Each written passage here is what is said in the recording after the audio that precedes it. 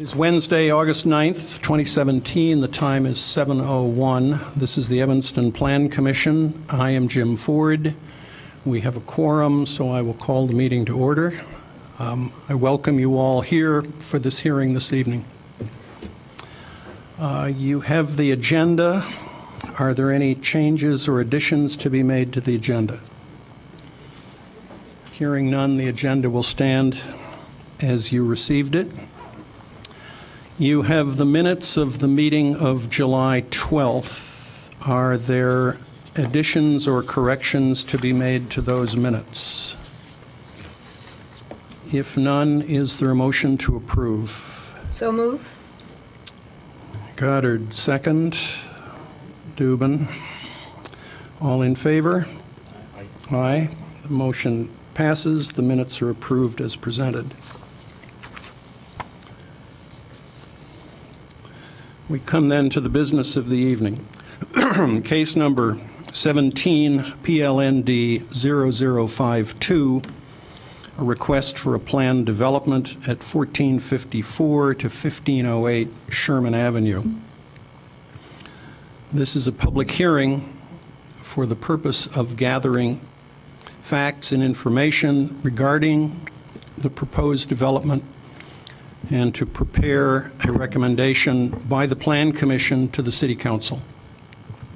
That recommendation may be for approval of the project as presented, for approval with recommended changes, or for a denial of the request. In this matter, we are a recommending body. The City Council is the final determining body on this request for a planned development. I'm going to go through the procedures that we will follow this evening, and I will take questions on the procedures at the end of this. After a brief introduction, placing the project in the record by staff, the petitioner will present the project and any witnesses they have in support of it. I've asked them to limit the presentation to 20 minutes. I suspect it may go a little bit over, but I hope not too much. During that time, we will not entertain questions, just in order to let them get through what they want to say. At that point, commissioners will ask any questions they have of the applicant and the applicant's witnesses. We will then invite questions from members of the public. Those questions are to be relevant to the matters that have been presented, and we will not accept any argumentative questions. Your own testimony can come later. At the completion of questions, then members of the public will present testimony. We will take you in the order in which you have signed in. If you wish to testify and have not signed in, I think the sheet is still on the table outside the door. That testimony will be under oath. I ask you to, in your testimony, to remain focused on the development as it has been presented to us and to try to avoid redundancy. If someone has already made the point that you want to make, simply affirm that without restating it. Generally, I would like you to hold your testimony to 3 minutes. We've got a fair number of people who want to speak tonight. At the completion of that testimony, the applicant may ask questions of anyone who has testified. We will then invite the applicant to make a brief closing statement. Staff may make brief closing comments, and then we will close the public record, and the commission will proceed to its deliberation. Now, the commission may continue the hearing on its own volition if it's necessary to secure additional information. I know that there's been considerable interest in the possibility of a continuance of this hearing on the part of the public. So I want to, just to be sure that we're all singing off the same music, I want to read Article 12, Section E of our rules in their entirety. Request for continuance. At the close of the petitioner's case, the chair shall inform those present of the following. Persons or groups with an ownership or leasehold interest in property within 500 feet in the case of zoning amendments and within 1,000 feet in the case of unique uses and planned developments, and then blah, blah, blah, alleys and such like, who wish to object shall, upon request, be granted one continuance for the purpose of presenting evidence to rebut testimony given by the applicant. Such continuance shall be by public announcement to a date certain. Such request shall be made in writing following presentation of the petitioner's case. So at the completion of the petitioner's testimony, I will ask if there is a request for continuance to be made. Now, if a continuance is granted, a couple of things. That will be to a date certain. I would like to, even though the continuance would be granted at the beginning of the hearing, I would like to continue to take as much public testimony as we can tonight, so that people who are here don't necessarily have to come back to a continued hearing. So we'll go as far as we can. In the best possible case, we would take testimony from everybody except the person who requested the continuance. And that person will be first on the docket at the continued meeting. If you have signed in to speak tonight, but for whatever reason in the course of the petitioner's presentation you decide you would rather postpone your testimony until a continued meeting, you're free to do that. Just tell us and we'll put you on the list for next week or whenever it is. If you testify tonight, you cannot testify at the continued hearing. I think that's all I need to say about the rules. Since testimony will all be under oath, if you intend to speak or expect to be asked to speak, I will ask you to raise your right hand. You swear to tell the truth in this proceeding? You do? Thank you. Have I missed anything? We good to go? Okay. In which case, I will ask Ms. Jones to make whatever preliminary comments the staff wishes to make. Okay.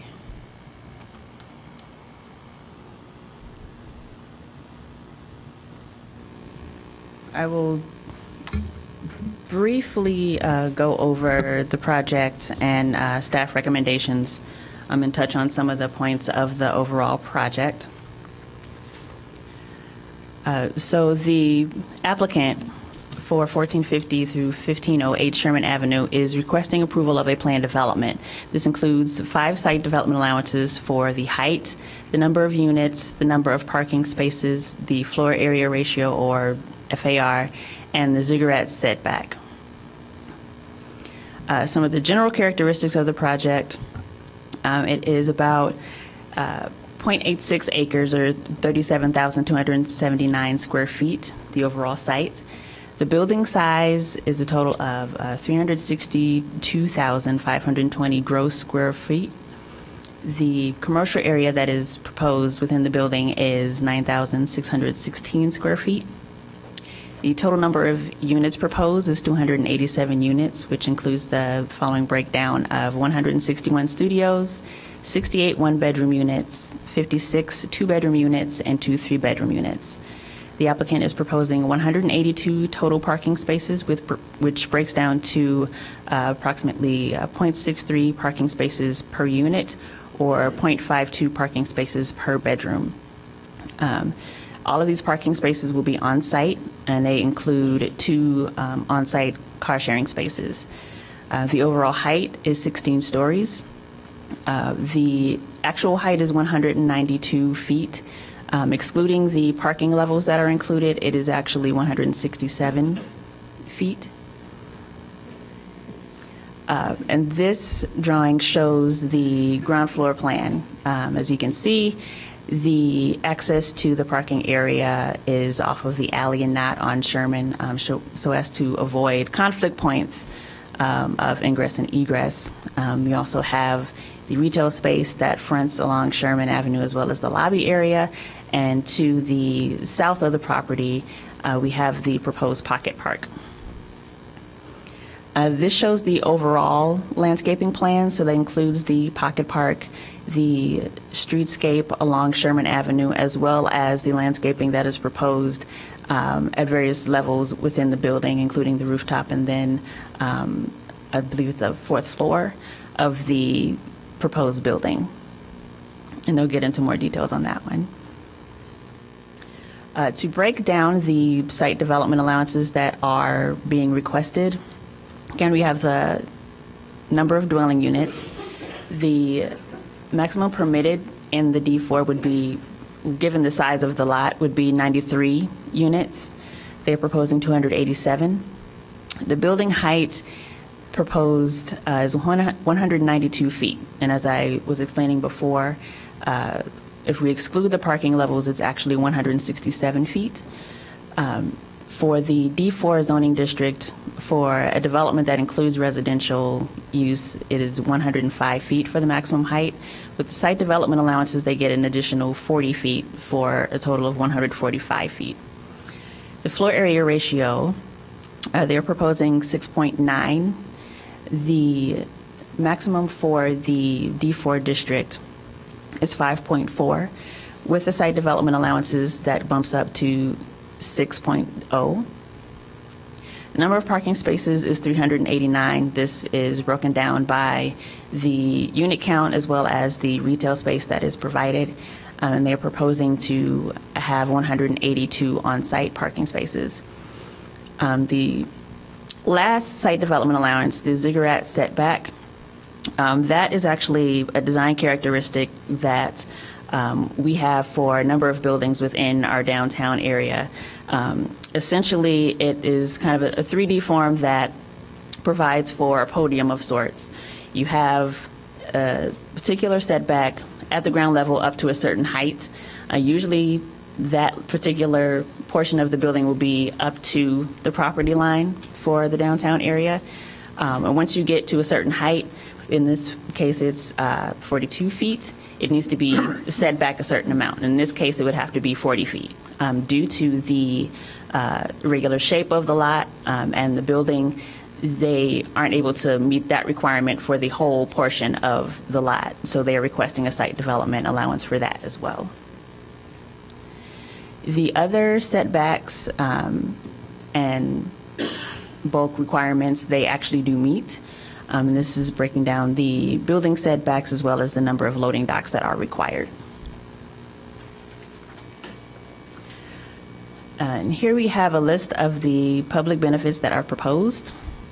In addition to the required IHO or inclusionary housing ordinance requirement of either a payment in fee of lieu of providing affordable on-site units or actually providing the on-site units, they are proposing to have 2 on-site affordable units at 60% area median income or AMI.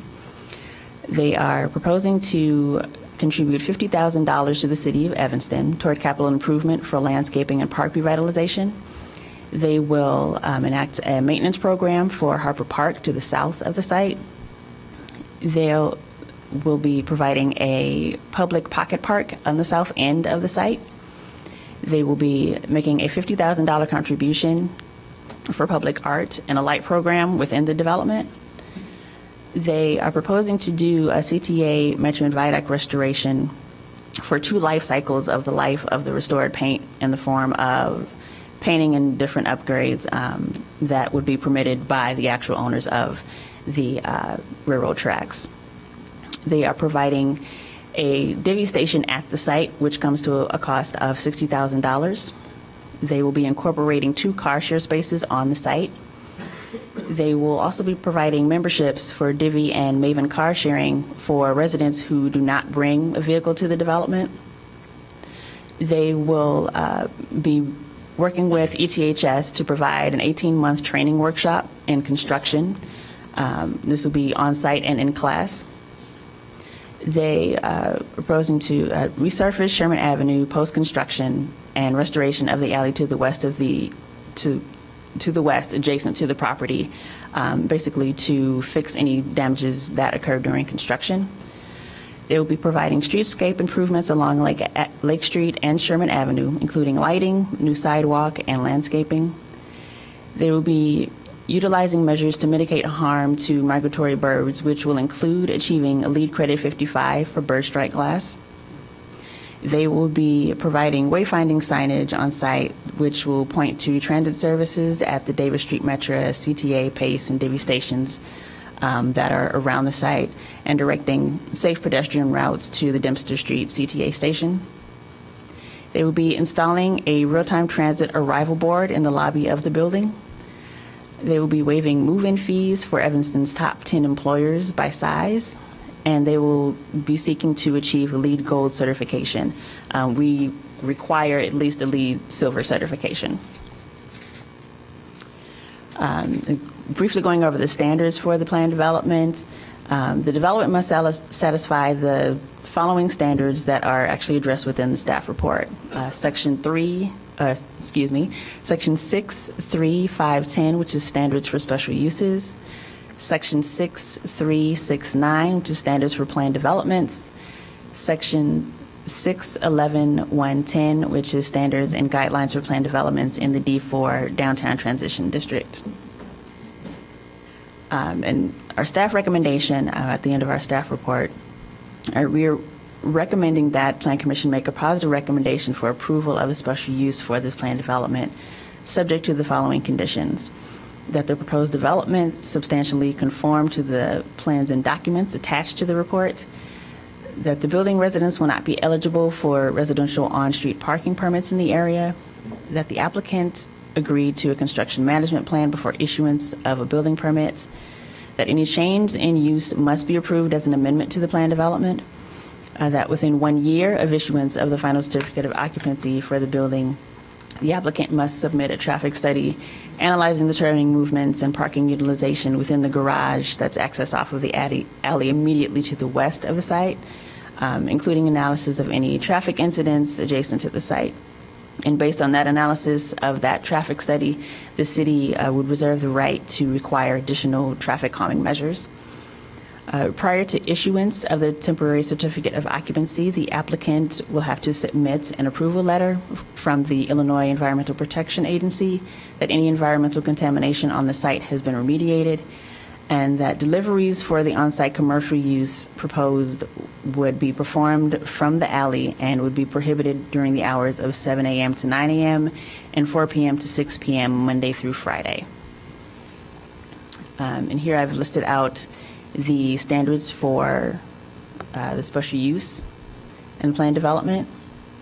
I can briefly go through these, or you want to save these for later? Let's come back. Okay. And then this is the standard for the plan development, which we can revisit once we've seen all of the information presented this evening. So that is that. Okay, thank you. All right, Ms. Pugh, are you going to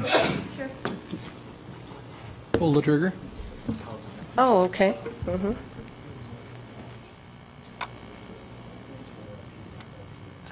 We can do this one.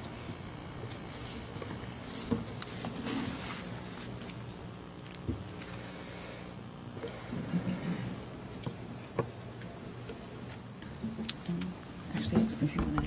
Okay. I think I have one here. Let me make sure. Perfect. Okay. Good evening. I'm Donna Pugh. I'm a partner in the law firm of Foley and Lardner on behalf of Albion Residential. Now, you've heard a little bit about the project and about, of course, we have to talk about site development allowances. A lot of the speakers will give you more explanation of why we're asking for those site development allowances. And I did want the board, the commission to know that we have made many changes since this process started that were suggested by staff, moving where the driveway came in. It used to come in off of Sherman, and now it's off the alley, and really reconfigured quite a bit about the building to also reduce the number and the significance of the site allowances that we're requesting. So the ones that remain, the ones that we are still asking for, we really do need them. We've, turned this upside down many, many times. And so I wanted to let you know that we were not taking that lightly in asking for those. Now, for example, height, exclusive of parking floors, as she mentioned, with the site development allowance, it's 145 would be required. And we're asking for 167, so that's a 22-foot difference. When we started the process, it was quite a bit more. It was, I think, maybe almost 20 feet more, and we've reduced the height. There's also on floor area, the code provides for a 6.0 with site development allowances, and we're asking for 6.9. But that 6.9 does include balconies and certain outdoor spaces, of which we have a lot. So I don't want to say it's misleading the way it's calculated, but the 6.9 is a much higher number than it would be if it was just interior space, what you traditionally think of FAR, the way it's calculated in Evanston. The parking is in, of course, the transit-oriented district. It's at the southern end of that. So we've taken that into account. Although the code would require 389, we are requesting 182. Again, our folks will talk to you about why they feel very confident that that's an adequate supply with the location, what this project is about, and where it's located, and all the stop gaps that they have as well with the ample parking garage nearby, et cetera. So you'll hear more about that. Likewise, on dwelling units, it sounds like a lot. You're allowed 93, and we're asking for 287. It sounds like triple what you're allowed, and technically that is. But what we are focused on is we did a number of studies of how many people would actually live there if you had the as-of-right building at 93, but you still had the other dimensions, the height, the floor area, et cetera, that you're allowed. We figured out how many people would live there under the code, and it's very close to what would live there under our building. You're going to hear more about that, but so the actual population of the building is very similar with these requests that we're making, but it does sound like a big increase. And the ziggurat setback, I think Megan mentioned that it's a very irregularly shaped lot. And for the most part, the building is set back very far at 42 feet. But, of course, the lot narrows. And, again, we worked extensively with staff to try to get the building to be in the right shape and the right place to at least maximize views and everything for everyone. Now, lastly, we have supplied the legal notices in accordance with law. And I just wanted to mention who you're going to hear from. Jason Kane, President of Albion Residential. Andrew Ewell, Vice President of Development with Albion. Paul Alessandro, the partner and project architect with HPA. Also here is Ray Hartshorn. Ray, where are you? Okay. Also, the founder of HPA. Ted Wolf, founder of Wolf Landscape Architecture. Lue Abuna, principal with KLOA. Now let me introduce you to Jason Kane, President of Albion Residential. Get out of your way here. Thank you very much. My name is Jason Kane. I'm the president of Albion Residential. I just want to take a few minutes just to kind of introduce us and who we are before Andrew kind of talks a little bit about the project. Albion is a Chicago-based apartment ownership, development, acquisition, and asset manager. We have a sister company called Village Green, which engages in the management of apartments. We manage about 38,000 units all throughout the country, but mostly here in the Midwest. And in the Chicago region, we manage about 7,500 to 8,000 units overall. Some of our previous projects, I guess the best way to describe what we do in general, and Andrew will get into some of the specifics, is put in the context of hotels, and Starwood Hotels specifically. We're probably more of a W than a Westin. You won't see a whole lot of beige in our projects. They tend to be a little bit more sleek, modern. Although, as you can see on the far right there, Randolph Tower is an adaptive reuse project that we actually office out of today. We took a building that was built in 1929 from the outside, but on the inside, it looks like today.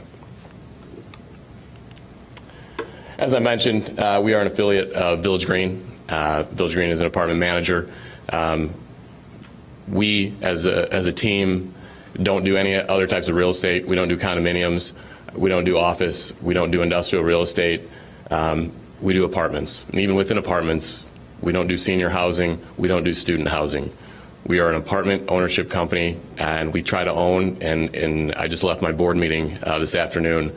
Our intent here is to own for a long time. So I hope to see everyone around in the years to come. Just personally, very quickly, I attended the Kellogg School of Management, and when I got the first phone call about this deal, they asked me, "Hey, do you know where Tommy Nevins is?" And I said, "Man, I sure do." That was the first place I ever met all of my friends at Kellogg on June 2002, so a little over 15 years ago. And from that point on, I knew what kind of special project we could do here, and I'd like to thank all of our team for putting all this together, and also the hard work of staff to get to this point. But I'd like to introduce Andrew Ewell. He'll take you through the project. Thank you. Thanks, Jason. All right. So Donna spoke to who's here today from the project team, so I just want to reiterate, some of the players that are involved here. Most of these players have done work in Evanston or have been around Evanston for a long time. It was part of our idea of putting a team together to make sure that people from Evanston have an understanding of what's going on in Evanston.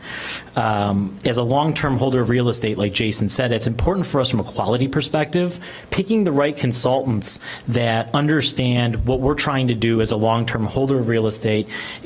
It designs a building a little bit differently. It makes the building a little bit more effective and efficient. We're managing it for a long period of time, so we want to make sure that everything is done correctly the first time around.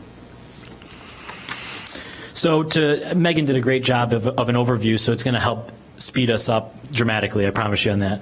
Just a quick overview of the site. So when we're looking at the site here, I don't know if this has a laser pointer on it, does it? No? Okay. Thank you. All right. As we look to the south of the site, we have Lake Street, and we come down Sherman, and then we have Grove. I think what's important to point out here is the alley that's located behind our site and borders right up against the CTA and Metroline. There's also another alley that kind of cuts through right here up to our property line. So today we have Tommy Nevins is actually here today, and they'll be speaking briefly. They're the landowner to the far south side. The rest of the parcel, starting from right here and up and through, is the secondary owner. Of this, there's an empty lot, a parking strip. The owner of Prairie Moon is here today to speak in support of this project as well. Pilates Connection's there today. They're on a month-to-month lease, but the rest of the building is completely vacant today, as vacant office and retail. So I'm going to give you a little bit of a preview of the project. Paul Alessandro, the partner at HPA, is going to really get into the nuts and bolts of the project. But things I wanted to point out for sure are, starting in the upper right, the building is very modern. It's built in a modern aspect. It has a very gentle S curve to it to kind of try to break up the mass of the building itself. It's a very, very pretty, sleek, soft building. This curve allowed us down here in the lower left to set the building back about 40 feet off of the property line, which is really important from a public standpoint. When you're standing there on the street, right here in this area, you're not going to feel that tower really coming down and encroaching and being very heavy on you. So the idea of the S was to try to conform to code. We were hoping not to have to ask for relief, as the site is trapezoidal in nature. It's very odd. It gets down to 60 feet at its lowest point. And the idea was to break up the mass with that gentle S-curve. We're planning on bringing really energizing retail to the street side. As described, we've moved the parking to the alley, and then we're creating a pocket park that comes off the south side of the building, which will be enjoyed for the public. So in terms of zoning, we wanted to stay within the D4 zoning. We didn't want to ask for a zoning change in this particular project. It was really important to us. And it was secondarily important to us to not be the tallest building by any means. So what we were able to do was create this 3D model, and I hope afterwards everyone gets a chance to really come up there and look at it. What you'll see here in this model is this is our building right here, and it's context within the downtown district. So the idea when we were developing the property was try to fit in that transitional district the best that we can. And by the way, this model is awesome. 3D model printed. I really don't know how they do it, but it's something that really helped give everyone a sense of what we're looking at It's in like context. the dessert tray. One of those. Is that cool? So we wanted a project that would fit, within the context. We wanted to give a pedestrian-friendly feel. We wanted to make sure that we weren't changing zoning. And, when I talk about context, if you look, back at the screen, the context is the upper left is the Rotary building. That's 239 feet. The roof of our building is somewhere around 179 feet. So there's a good 60-foot difference between the roof of our building and the Rotary. While we're asking for 192, we have mechanical systems and a room up above at the top of the building. And across the street is the Holiday Inn, which is 145 feet. So we're kind of in the middle of that transitional district of what we're asking for, which is why we wanted to create the model as well. It was a really good idea by Alderman Nguyen to show that, and I think it's something that we're going to continue to do. It helps with scale. So to point out, everyone has briefly spoke about this, but again, to talk about the FAR, I think that's the most important trigger here. When we looked at the project, we said we want to meet FAR. We want to meet building mass. It's really what the definition of it is. And we do meet it. What we have is the outdoor spaces. We have these huge terraces on the podium level that allow your own private backyard on the 4th floor. Maybe you're a dog owner, you want to let them out. We're going to have that privacy, which takes up a lot of that land area. We also have balconies that are inset.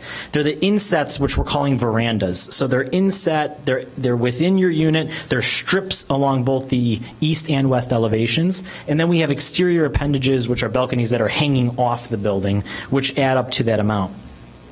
As we talked about the total bedroom count, when you look at what's as of right, today you're saying you have a 2,100 square foot unit that's allowed as of right.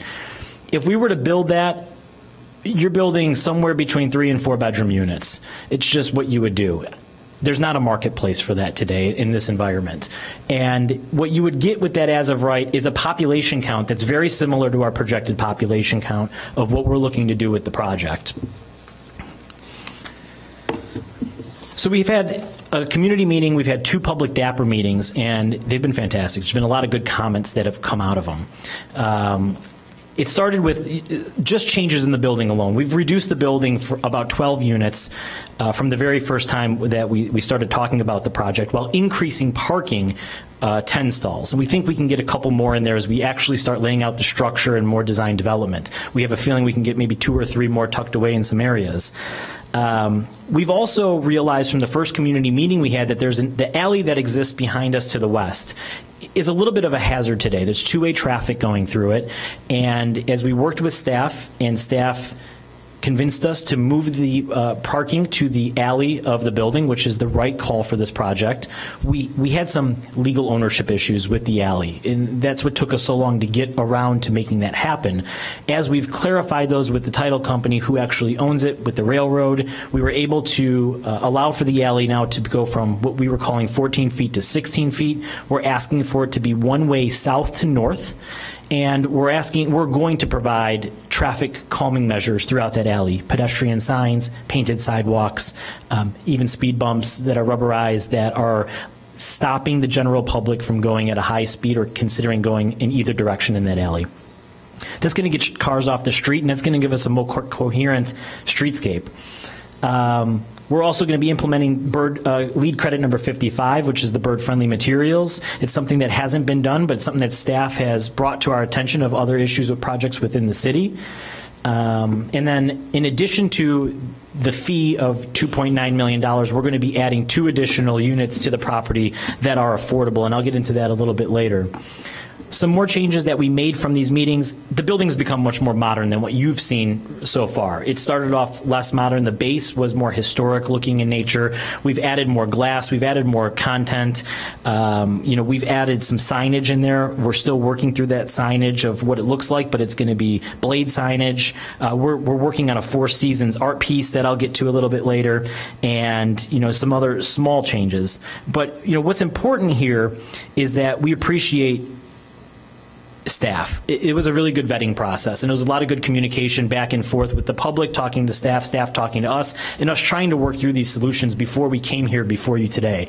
So it's something that was a little bit unique to us. A lot of times these come a little bit later in the game, but I think they were very helpful to us. So to talk about the project itself, I'm going to have Paul Alessandro come up here, and he's going to talk about floor plans and walk you through the building.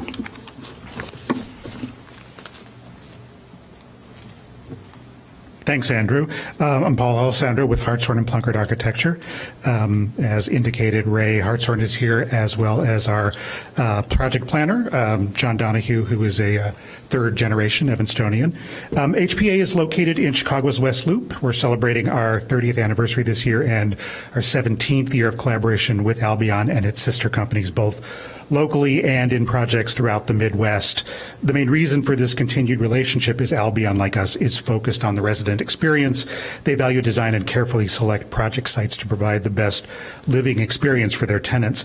And as long-term building holders and operators, in addition to being developers, they care about and are very responsive to their end users and their neighbors, who they will be closely aligned with over the life of their properties. I wanted to start this evening by talking about how the design we are presenting evolved. One of our key design drivers is what we call location branding, tying a building to its site and the unique characteristics of its context. The image here shows some of those unique characteristics that particularly struck us at the outset: the superimposed lines tracing the curve of the shoreline, the shift of the street grid in the original Philo Judson street plat, and the sweep of the CTA and metro lines in the city layout became the starting point for our form generating. Starting from those force lines, we derived the shape and patterning of the building. The curves of the previous illustration are shown here translated into the building form, with the hard orthogonal street grid represented at the base of the building, set in contrast to the undulating form of the tower above. This idea also became our method of conforming to setback and zoning requirements as permitted by the irregular site. We also looked at the immediate environs at the head of the downtown transition district, including Harper Park, across Lake Street, and the location of the hotel tower to our east, to site our tower in a manner that maintains the view corridor along Lake Street. Finally, the building integrates the existing park space at Harper Park with the new space created on our site to further integrate our building into its environment. This slide shows our building bulk numbers. I'll spare everyone reading the bullet points, but I would like to point out that this particular view has been idealized for clarity. You will not see this view as it is blocked by the hotel, which is located right there. That said, the building itself is organized into two main components: a strong pedestrian base with the residential portion set back and above the base component. The base echoes the traditional detailing and scale found throughout the retail and commercial buildings of the downtown district, while integrating the more modern language of the residential curve above. The detailing of the shifting fenestration patterns is a further reference to the shifting street grid and serves to reduce the apparent scale of the building as it transitions to the mid-rise neighborhood to the south. While we're talking about the exterior design, I'd like to take a moment to discuss the issue of bird strike, which we've been brought up a couple times tonight, concern for which has increased as density has increased. As part of our, as well as Albion's commitment to greener buildings, we are implementing recommendations of LEED pilot credits 55 and 7, dealing with bird strike avoidance and reduction of interior illumination, respectively. Per LEED 55, we have divided our building into two zones. Zone 1, which is the lower 50 feet of the building from the 5th floor at that line down. This is the area where more than 60% of the bird strikes occur. This area will be fully compliant with the recommendations of LEED 55. In Zone 2, above the 50-foot mark, as some of LEED 55 is not applicable to residential buildings which require lights and views per LEED. We are utilizing applicable portions of LEED 55 guidelines and recommendations of the Audubon Society. These include low reflectance glass to mitigate reflections, one of the main causes of bird strikes, irregular surfaces in both the curved aspect of the building and the irregular patterning of solid and glass, which provide shifting reflections as compared to a flat all-glass surface. We will be implementing a tenant program to further reduce interior lighting during migration periods, which is part of LEED Pilot Credit 7. And Albion will be implementing a separate program to monitor performance of the building as it's placed into service to allow for adjustments and address any reported incidents. Moving on to specifics of the elevations, we have a materials board out here on the table showing our selected exterior finishes. Looking first at the base portion of the building, we are showing 3 brick samples for the street facades, shown bottom left on the board. The 2 similarly colored samples at the bottom will be the predominant brick surface represented here by the 2 different colors in the rendering. These colors have a subtle difference to provide some separation along Sherman Avenue facades without providing a stark contrast. The 3rd, darker brick, is used for accents at headers and along the pilaster bases. The 4th brick at the top of the board will be used at the alley facade in a standard modular size. The glass and metal panel samples will be used at the upper residential portion and will also be integrated into the base fronting the park, and the tile will be the soffit surface at the verandas and the covered deck. We have also included a paint sample for the steel canopies and awnings at the pedestrian level. In addition to the materials you see here, we will be including a green wall panel right in there that will include ground-based growing plants augmented during growing season with potted flowering specimens. These materials will repeat on the end elevations, and we'll be including a design element on the south elevation above the first floor to add for-season interest to the corner pocket park, consistent with LEED 55. Whoops. There we go. This view looking north shows our building in context, as well as the west elevation and the setback at Lake relating to the existing Holiday Inn to the east. Moving on to the plans, this is our ground level plan. Fronting Sherman and the corner pocket park, continuous retail uses will activate the sidewalk and provide active uses on the street. Our central lobby will be designed with a hospitality influence, and its direct relation to the adjacent retail spaces will allow those spaces to bleed into the lobby and share seating to keep the lobby similarly active. The south retail space will also spill out to a contained area of the pocket park for good weather seating. The balance of the first floor at the back of the house is back of the house uses and parking. The parking is accessed directly off the alley through there, which will be one-way north, and we are setting our building an additional 2 feet off the property line to provide a 16-foot clear width to allow vehicles to pass in the case of unintentionally stopped vehicles. We've also included 3 loading stalls, also accessed from the alley, 2 at the north end for residents and 1 at the midpoint of the building to service the retail. A ramp at the first floor accesses the 2 additional parking levels above. This view shows the street level experience looking north along Sherman Avenue towards Fountain Square. We will be implementing the downtown streetscape design guidelines into our project, and our building includes the previously mentioned pedestrian scaled features such as retail canopies and signage to further enhance the streetscape. This also illustrates how the setback of the residential portion will appear from the pedestrian perspective. A typical parking level representing our second and third floor shows the ramping arrangement, or the arrangement of regular and accessible parking spaces and the circulation path and ramping. Above the parking level, the 4th floor is our first amenity level. The north portion of the floor contains residential units, each with its own private outdoor space. Additionally, the north end of the large roof of the setback will be programmed as common outdoor garden area in there. The south end of the 4th floor contains the Residence Health and Fitness Center with its own covered exterior terrace for quiet activities and outdoor exercise. And the area directly to the west of the elevator core, up there, contains our indoor dog run and bathing facility, as well as direct access to the outdoor dog run against the tracks. A typical upper level floor plan shows a mix of unit types and studio, convertible 1, 2, and 3 bedroom configurations. This plan also indicates the location of the inset verandas, which are shown dotted in the plan. Finally, our upper level plan, our second amenity floor, has a combination of indoor and outdoor space. The indoor amenity lounge, shown in blue, is intended to work as a shared office space environment, allowing tenants who work from home a space to work outside of their unit with internet and printing services, and it will also function in the evenings for gatherings and relaxation. The west portion of the enclosure is dedicated to the building mechanical systems, as is the northern portion of the roof. The southern end of the roof will be occupied with our skyline terrace, with a shallow relaxation pool, outdoor seating, and cooking areas and beautiful views to the lake and downtown Chicago. With that, I'm going to turn the presentation over to Ted Wolf, our landscape architect, who will discuss the landscape features more specifically. You're going to talk first? Yeah, we have Ted. So Ted's here for landscape questions. We can get back to him. So he would go through the general landscaping plan of what we're going to be doing. He has any questions you guys want to direct.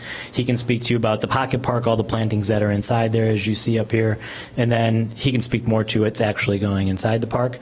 Our next speaker is going to be Kay Alloway, our traffic consultant, so he can speak to any traffic concerns that the commission has. If you'd like him to speak now, he can. Otherwise, we can call him back as a witness. I think we can. Am I on? I think we can wait for questions. Okay. So then he has some maneuvering diagrams inside here, the traffic calming, vehicular calming ideas. And then I'm just going to wrap it up with just a quick slides about the community benefits that we have, just a little bit more in depth. So we had an independent third-party review student age population within the building to make sure that we weren't going to be a burden onto the public school system. And they've confirmed that they believe about 14 school-age children or less is likely to reside in a project like this. And that also takes into account they could be going to private school as well as public school. So that was an independent third-party review, and that's really based on our unit size and mix of what we have. With that, we've also had police, fire, the city's utility consultant has looked at the project, and I'd like to mention that there is remediation that needs to be done on the site. The site has been a lot of different things over periods of time, so we're fully committed to making sure that we have all of the remediation properly planned out and provided to staff as that occurs and goes on. It is a $90 million investment into the community. I think it's very important for us to note. This is a substantial investment into this great community that we want to continue to build it and make it great. We anticipate, and SB Friedman has also looked at this, property taxes in the range of $945,000. That's based on similar comps such as E2 as a direct comp, as well as other projects within the area that they've reviewed for us. We're also going to be generating $1 million in building permit fees, which I think is very important for the city of Evanston. And into that creation of jobs, 450 construction jobs, about 70 will be between the retail and the property itself. And most importantly, we're not standing up here asking for any TIF or any tax abatement. I think it's very important to note. It's a trend that was going on for a period of time. We're standing here today saying we're taking that financial risk. We believe in the market. We believe that we can do this, and we're not asking for any subsidy. Affordable housing, we're going above and beyond. We're adding the 2 units in the building. I think it's important to note we're one of the first developers to do this. Not only are we paying the full buyout, we're not asking for a reduction of the buyout. We're paying it in full, and we're going to put those 2 units in the building to be the first one to raise our hand and say, we're here. I know it's not helping everything. It's 2 units. But with the money going into the fund and the fund that exists today, I'm personally committed to working with some of the groups within the Evanston neighborhood to make sure that we can figure out a plan of what can be done with that money. Landscaping contributions were described earlier. We are fully committed to that. We're also committed to the maintenance at Harper Park. We're fully committed to a public art collaboration with Jennifer Lassick. We've already started some great conversations. We have some great sculptural pieces that'll be for season. We'll have a light program around the facade of the building into the ground to try to make an energizing use. We're committed to the CTA viaduct. The pictures to the right are what the CTA viaduct looks like today. So we're committed to a restoration 2 times over our life cycle. Being a long-term holder, we know over 7 to 10 years it's probably going to get a wear and tear. We'll be there to make sure that it happens again. TOD initiatives we talked about. We have the divvy station, the car sharing. We have memberships that we're going to be offering to residents who don't bring cars, try to alleviate that, and the transit screen. I'm going to be teaching classes at Evanston High School and bringing those students to our job site. I think it's really important for them to have an opportunity to have a career in construction if they want it, or horticulture, and giving them that opportunity to come to the site as a field trip is something I've done before successfully in Pittsburgh, and I think it's an amazing thing, as well as being in the classroom to teach them about business, finance, horticulture, architecture, and even legal if that's something that's of interest to them. We're committed to helping the high school and working with Shelley Gates. Becoming a LEED certified gold building. It was mentioned by Megan. We're going to try to get there. I can't give you my full promise until I get a little bit deeper into the plans, because LEED is an office product at the end of the day. And we think we can get there. We're pretty confident of it, but we just want to make sure we can, and we'll continue to work with staff to make sure that we can get there. We will be above the baseline for sure of silver. We're working, we've met with the YWCA. We're very interested in continuing to work with them. The Chamber, very interested, the Downtown Business District, and overall, this is just a summary of what our benefits are. We've looked at it from a one-time and an annual basis of how much these benefits are accumulating to the neighbors.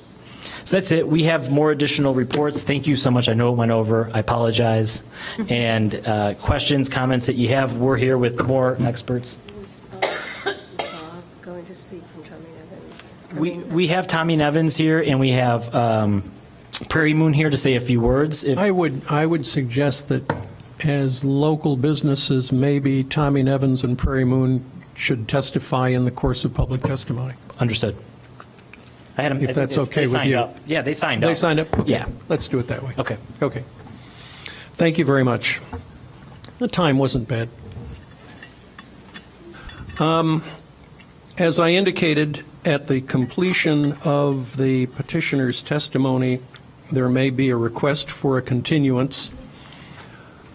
I don't know how many we've received, but I'm going to give the honor to Barbara White.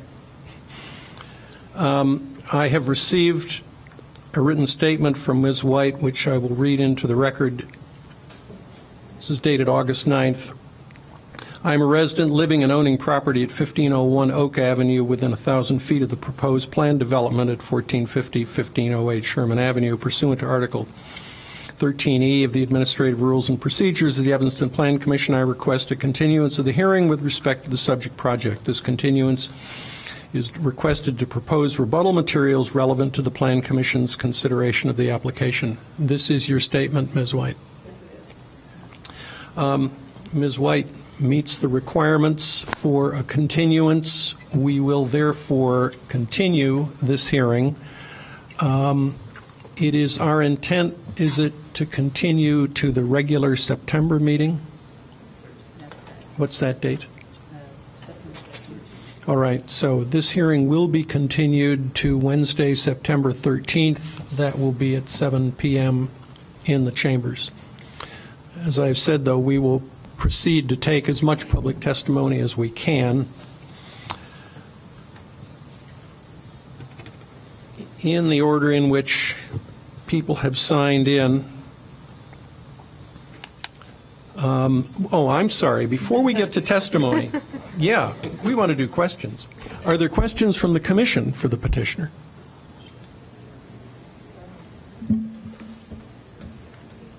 Well, start down here. Commissioner Goddard. Is there dedicated parking for the retail?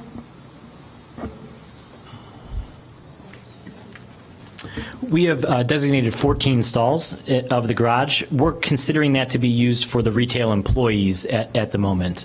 So it would not be a public garage, it would be a private garage, but 14 stalls would be designated for the retailer's employees to use. If also within that, we're going to be requiring the restaurant that we have to use a valet service, and the valet service could use those 14 stalls within our garage to park cars. So the 180 parking spaces that you're providing, it's less 14, 180 for the residents of the building minus 14 for the retail? Correct. Commissioner Belisle? Thank you. I want to start by commending both the developers and the staff for providing one of the best packets that we've had since I've been on this commission. It's not a comment on the project itself, it's just on the packet itself. It was really well put together. So I want to start by that. That's a comment. But my question to the developers, if I didn't see anything in the packet that, as well done as it was, that really shows there is demand for such a number of studios, and I'm wondering how you think this is going to get filled. Great question. Thanks for reading the packet. I appreciate it. Well, it's part of my commitment to be on this commission. We've been working on it for 9 months. I appreciate that. Yeah, so that name and number gets a little bit confusing. It's actually studios and convertibles. The two are lumped together. So it's about 25% studios, 25% convertibles. A convertible essentially isn't a real bedroom. It doesn't have natural air that comes into the bedroom or a window, but it'll have a sliding glass wall. It'll operate as a junior one bedroom essentially.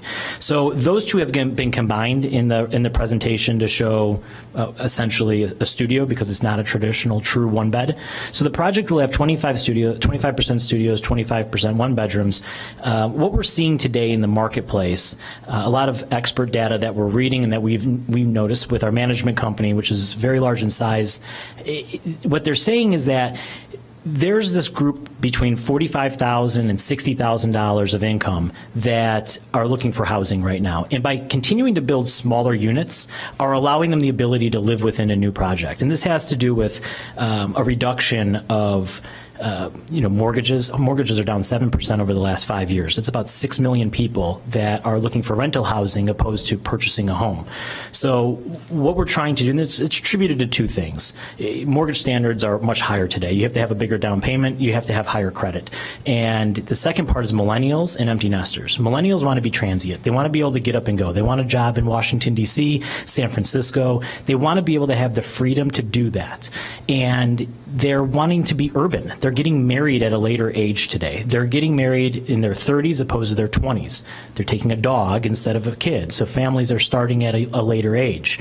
And empty nesters are wanting to downsize their home. They're wanting to get rid of the stairs, but they want to stay within the community that their kids and grandkids are located within. So we're seeing a really heavy trend today, and NMHC and ULI both talk a lot about National Multi-Housing Council and the Urban Land Institute are talking more about immediate need for building in TOD locations, transient-oriented locations, right now immediately to fulfill the needs for this group that's looking for housing as we speak.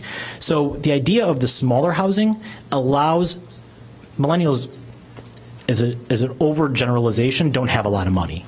They're broke. They have student debt. They have other things going on. So the smaller the unit, the smaller the rent, but they still want that new high-tech building, that new feel, the cool building, everything that's going on with it. So today we're trying to provide for that group to have a chance to live within the area. And we're seeing occupancy rates in Evanston at all-time highs. Most of the buildings are over 90%. There's a lease-up going on right now, which has contradicting numbers, but everyone is in the high 90% range for occupancies. And if you look at them broken down, and I think it was in the package, I'm not sure, by unit type, there's maybe 7 or 8 studios in the new product that's available throughout all of Evanston today. And there's almost no convertibles. So we're introducing a new floor plan to the marketplace. That's a very comprehensive answer.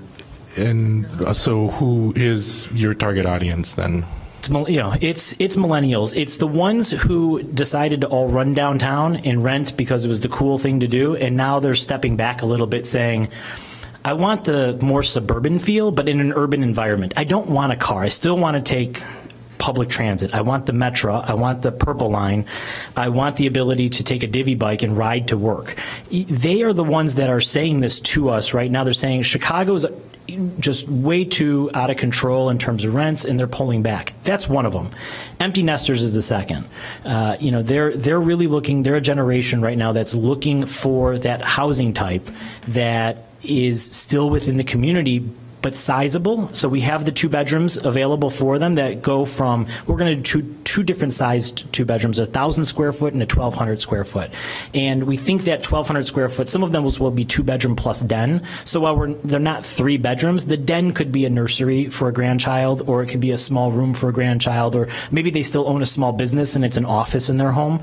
So we're really looking at those 2 mixes right now, but this is young professional. I don't think we're going to see a lot of families in this type of project, but I think at the moment it's really what the statistics are telling us to go after, and who wants to live in Evanston today. All right, I'll let anybody else go on this topic. I have other topics, but if anybody else has anything to say. I have a question. What's the projected rent for one of these studios for a broke millennial? So studios, and it's going with the marketplace right now. We're looking at somewhere in the range of $1,500, and that could range from studios up to the 2 bedroom, 3 bedrooms, and they range based on floor, what they like, what they're seeing. And that, the good thing about apartments is the marketplace really dictates what the rents are today. And we're trying to stay within that cove of being affordable enough that someone who makes $50,000 a year, we use a 3-time multiplier in the industry. So if your rent is $1,500 times 3 is $4,500 times 12, that's essentially what you can afford. So you're in the $50,000 range to live in one of those studios. After tax? After tax, correct. Another question. Have you verified the cost of the LEED 55 item? Sort of. We're committed to it. That's for sure. The reason I ask is because if you find that it's too expensive for your project, what would, and you did commit to it, what would the option be then? We think, and I can have Paul Alessandro speak to it a little bit more if we want to get in depth. I don't know how in depth we want to go, but what we've seen is, what we've shown you right now is about a 60% glass building, and it's my understanding that you really need to be around the 50% threshold. So these metal mullions that are really breaking up the mass, some of them are very thin in size. They're about 12 inches, and we're looking to increase those about 2 inches in size to 14, which will help that mass allow us to have that protection at level 2 of the building. At level 1, we're looking at maneuvers with different types of glass element that keeps the birds away. But we're confident we can get there. Commissioner Pagozzi. Did you look at other ways to mass the building in terms of setback, and possibly going higher in some spots and not as high in others? Yeah, let me have Paul speak to that a little bit, the architect. As I indicated, we went through a bunch of different versions of this building with setbacks and offsets and piling more of the mass up against the north end of the building. What we found is that it started to get very large relative to its surroundings, and that keeping the building kind of at a low, even height and bending it as we can, given the site configuration, the geometry of the site, ended up with kind of the building with the least impact visually and as a mass. Yeah, it's like we were a little concerned to start piling stuff up against the rotary and making our building as high as that or higher. We're also concerned if the building starts to set back, you start to create pockets that create additional issues for bird strike and as well as some wind shadowing. Were those solutions, those other possibilities discussed with staff or others before you arrived at the solution? No. Okay. And then I assume this is going to be a steel frame building clad in metal? It will be a concrete building, actually. Be a concrete building. Yep. Okay. Have you? I read in the packet it's going to have an Alucobond skin and glass. Is correct? There are a few of the examples of those in town. One is the Rotary Center, which is not one of my favorites, but talk about how to keep it not looking dirty and yeah. Well, okay. Yeah. So you've kind of highlighted one of the big problems with metal buildings. There are two predominant problems with metal buildings. Number one is the coating on the exterior of the panel, which tends to wear over time.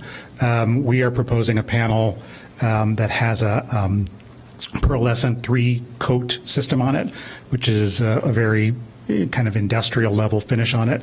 The other problem that you get with metal panel buildings is the sealant at the joints, which tends to absorb dirt from the atmosphere, which then in rainstorms washes down and you get streaking and gray.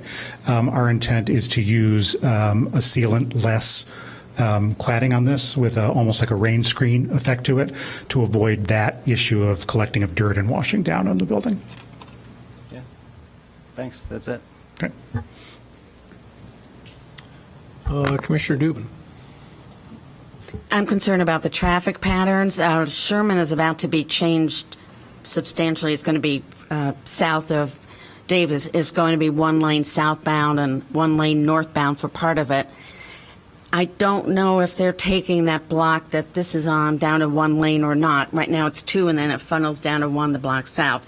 There's only stop signs at that intersection, and you'll be increasing the traffic of people. You'll be increasing the traffic at that intersection of people going into the parking. And I may have missed it, but where's the exit from the parking to the north?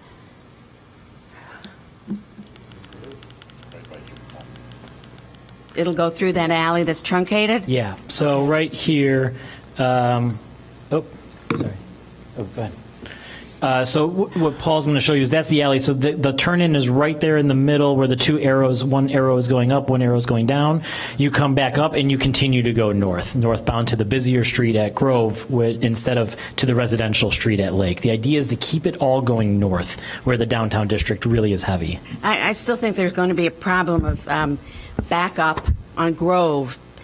I mean, I'm sure you won't have cars all entering and exiting at the same time. Sure. But it's not a great distance from the corner at Sherman to where this alley is, and it would be easy to have a traffic backup. Sure. Let me. So Louis Abunya will speak to that. He's our traffic. Mr. Abuna, we haven't seen you in a while. Yes, that's correct. Welcome back. Thank you.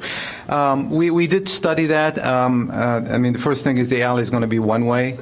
So currently it's two-way, so there's more conflict at that end of the alley at Grove. People are turning left and turning right, so there's a lot more movement. Now with one-way traffic, it's going to clean it up, and basically all you're going to have is traffic coming off the alley, turning either left or right. We did look at the signal at Grove and Sherman. We looked at the operations of that intersection. We didn't see any significant backups. It does not extend to the alley. The intersection actually operates at very good level of service, and we're not going to be changing it with the additional traffic from the development. One thing I want to point out is, again, this is a TOD. You know, we don't expect many of the residents to drive. There will be some. You know, based on the census tract data for this area, half of the residents drive to work, other half do not. We expect this to be the same pattern. So we don't anticipate that that even with that many people driving, it's going to have any impact. So does that mean you, of the 182 spaces, you think only 90 will be rented by residents? No, what I mean is for the people that do own a car, only half of them will drive. I mean, only half of the residents will drive. Some of them will not have a car. Others may have a car but still not use it. So it's going to be a mix of the two. Thank you. You're welcome. While you're here, on the alley, Yes. if you one-way it north, what does that do to Capital and deliveries and their trash movement? Because I assume that they're served in off of Grove. They're running against your traffic. Well, everybody would have to come off Lake and go north Does using the Capital alley. know this? Somebody better tell Capital. Thanks. Sure. Oh, Joe Ford. Yeah. Where's the? So right now, all the retail that's fronting Grove over here is using this area as trash and loading of what's going on. So they're pulling to this general area. They're man trucking it up to Capital, which is located right here. Bangers and Lace is located right here. Okay. They're using this general area as we speak. Now, there is a small triangular piece that's right here. You can't see it. It's owned privately, and people are using it today.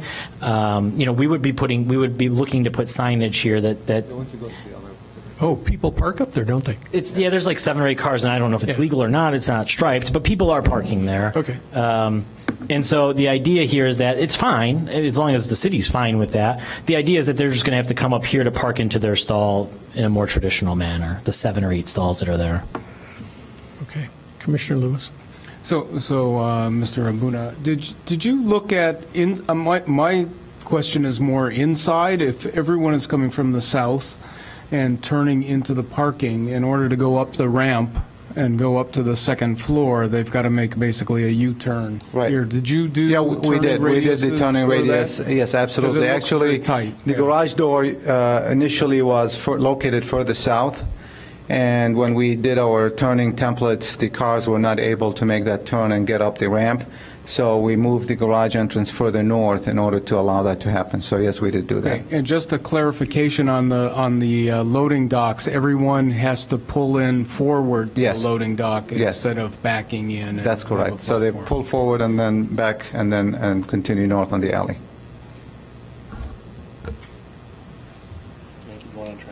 Who's down here? Yes.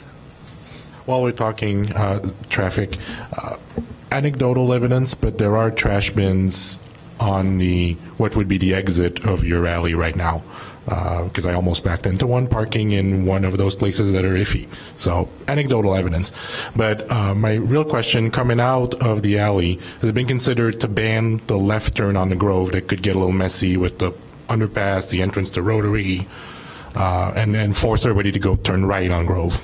We looked at that. I mean, the distance of the alley from the viaduct is greater at Grove than it is at Lake. That's why we reversed it to go northbound.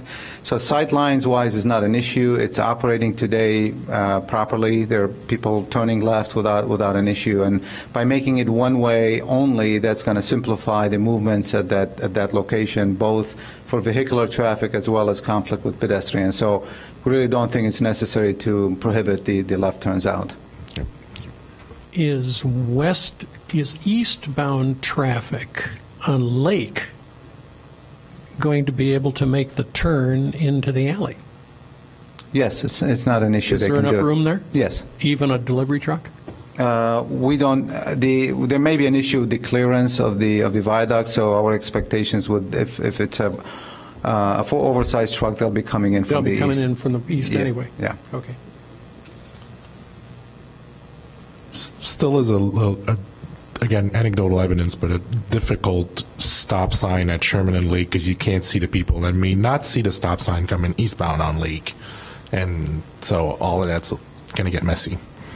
Yeah, I think you're right. Are there other questions here? Commissioner Lewis. So I just have one question related to the affordable housing.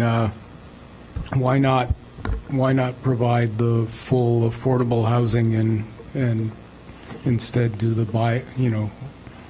Why do you do the buyout in lieu of meeting the intent of inclusionary housing? So the project that Jason showed you earlier to start the conversation, our Randolph Tower City Apartments that we own and operate, and we office there, it's an 80-20 deal, 80% market rate, 20% affordable. The only way that was able to be successful was with a contribution from the city. We received a very large TIF, and the TIF allowed us to be able to make the financials of that work. So, the issue that we have here is financially, the project won't work with putting the housing into the building itself. We think we're going above and beyond by being one of the first to add affordable housing units into the project. We think that the money is going to be well spent with other projects that have been approved for another type of project, or helping a developer who's building a new project include inclusionary housing within their project. But standalone development for affordable housing at this particular location, for us, it would not work. We would not be able to make it work.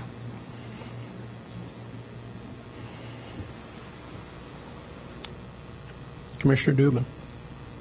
I do want to commend you on reaching out to the high school. I think that's a great idea. Thank you. Those classes are pretty passionate. Bringing the students there and watching them actually look at a construction site, you got to make sure they have a helmet and all the proper gear on. But the questions that were asked to some of the construction workers, we make them show up in their full gear. So they're saying, well, this is what I dress up as every morning. What time did you wake up? What is the union? What does that mean? What is it? How do union benefits work? Do you get health care? And the questions that were asked by these kids were amazing, and there were questions that typically aren't asked unless you have a parent or a family member that's in that industry. So we did it just for a construction and engineering purpose in Pittsburgh. I'm expanding it because we're building a park to horticulture. I think Ted Wolf has a lot to give. I think he's a great teacher, and I think there's an excitement that gardening students would like to see, as well as architecture, and just sitting down and saying, there's a career here. Ask questions to us today. Let us help you.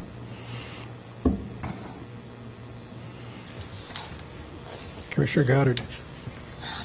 What sort of remediation are you going to have to do? What is the contamination on that site now? Good question. So we hit kind of the unfortunate perfect trio. There was 8 parcels originally at this location stretching south to north. We had a pumping station, we had a funeral home, we had 2 dry cleaners that did on-site dry cleaning, and we had a vulcanizing station. So we had a whole bunch of different uses that were very scary to us, and almost didn't have the deal happen even to move forward. We did phase 1, we did a phase 2, and we'll do what I call a phase 3, which is even more in-depth work. We bored more holes in the ground than probably anyone has done before starting a project. What we've come to the conclusion of is in the southeastern corner is really the only big contamination right there. It's petroleum, and it was a pumping station. Petroleum's easy for us to remediate. It's not a very difficult remediation. We're going to have to remove it, take it off site, and bring it to a qualified landfill where it needs to go. From there, we'll be putting down a vapor barrier over the rest of the property to make sure that none of the contaminants exhume out of the land. So we will be doing that. We'll have a part of the letter that Megan read today, we're working with that. We need to make sure that we can provide a plan. The request by staff is to have it completed before our first temporary certificate of occupancy. We want to make sure we're working with the IEPA. They take a long time to write letters. So we want to make sure we have a plan in place is what our suggestion is. We'll provide the plan. We'll show that proof of submission of what we're doing, and then make sure that we follow through and have all the proper clearances completed in a timely fashion to submit to staff.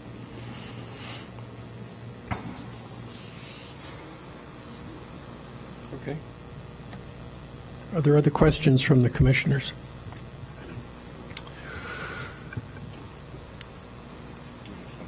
Go ahead. On the west side of the building, any specific materials or construction methods to avoid noise from the trains that go by real close? Yeah. So we did the project in the West Loop, the 188 Randolph project, which is right up against the L tracks. We've done several other projects right up against the L tracks. We utilize a triple glazed system within about 30, 40 feet of the track height to eliminate noise transference from the tracks. What about rattling? Is that going to be a problem? Good question. I've never had that happen. I'm assuming in a steel building that would be a much more difficult thing to resolve. In a concrete building, we shouldn't have rattling of the structural system.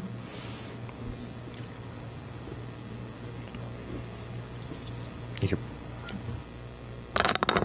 Okay, if there are no further questions from the commission, I'm going to invite questions from the audience. I would encourage you, please, to be brief, to be non-repetitive. What we're looking for here is clarification. I don't want testimony with a question mark attached to it. Are there members of the public who wish to ask questions? Yes, ma'am.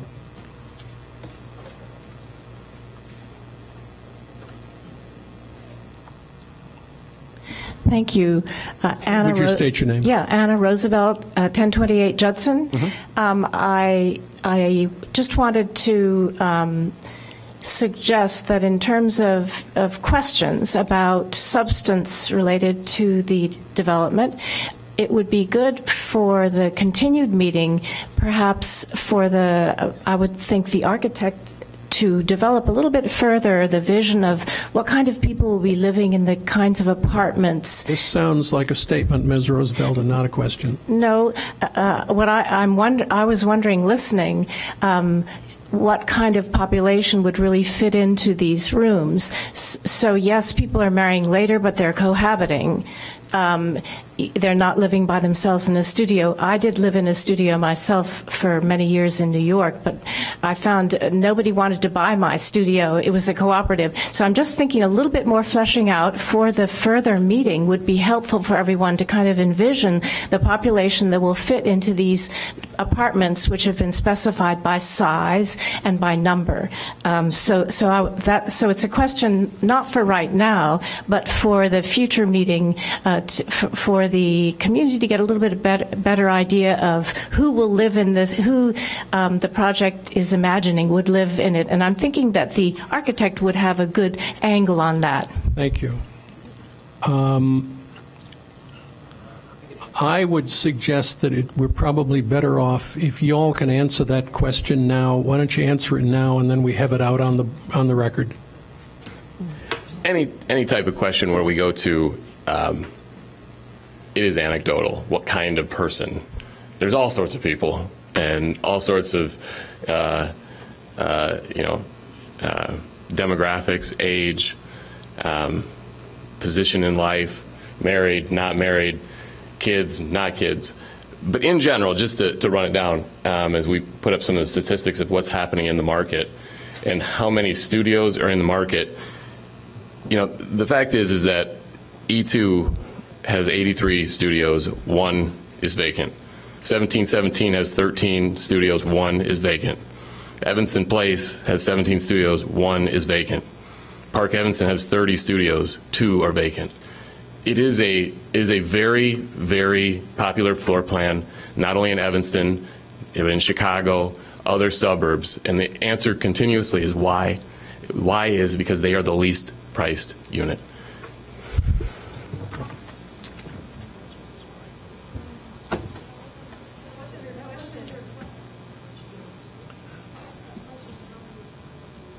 That wasn't the architect, and it wasn't really a summary of the population. The question wasn't. It's not an architect. It's not an. This is a developer, a market study information type question. If there was a question, the answer is. The answer is very clear. It's anybody who can afford to live within a unit is qualified to live within a unit. I can't make a decision of who can live there based on anything other than their credentials. I didn't take that to be the question. I think the question is, who are the neighbors going to be? You're bringing in X number of people into a neighborhood. Who are the neighbors? Anyone that can afford to live within this community. I mean, what I can tell you is that we are not a student housing company. If that is the question. We got that part. Yeah, it's young professionals. Okay, it's young professionals that are working in downtown. It will be grad students up at Northwestern. It'll be people that are coming from the city, as we described earlier, that are looking for a permanent place to live, that will buy houses in Evanston. But as a trial, they want to, check out Evanston without having to buy. And the fact is who is it? As we talk about the millennials, by definition, on average today, have a net worth of $10,000. They cannot afford to buy a house. It's one of the pieces is why we don't need the parking, is because they can't afford the car. So as it's proven out, is who is it going to be? It will be young professionals. It will be grad students. It will be some law students. It will be medical students.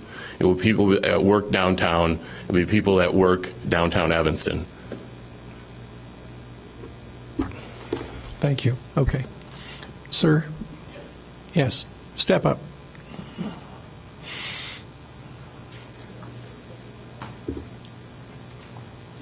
Thank you, Mr. Chairman. My name is Will White. I live at 1501 Oak, which is well within the 1,000-foot circle. I would like to know where the figure of 14 school-age children came from for 287 units. Okay. I have grandchildren who are 4-year-old. They are school-age. Where did 14 come from? Okay. Thank you. Thanks for the question. So we provided a report by a third-party independent reviewer, SB Friedman. So that's within the plan development application. It's comprehensive. There's probably 7 or 8 pages to it that discuss it. They do a study based on census tract and market study of the current apartment buildings or luxury buildings of similar style within not only the Evanston community, but other similar like communities. So they did look at Skokie. They did look at Oak Park. They did look at Northbrook. They looked at different areas where people could be moving for the idea of going to school. They really took a backwards approach to it. And then they take a look at our unit mix. And when they look at the unit mix, occupancies by unit are studios, convertibles, 1-bedrooms. Max occupancy is 2.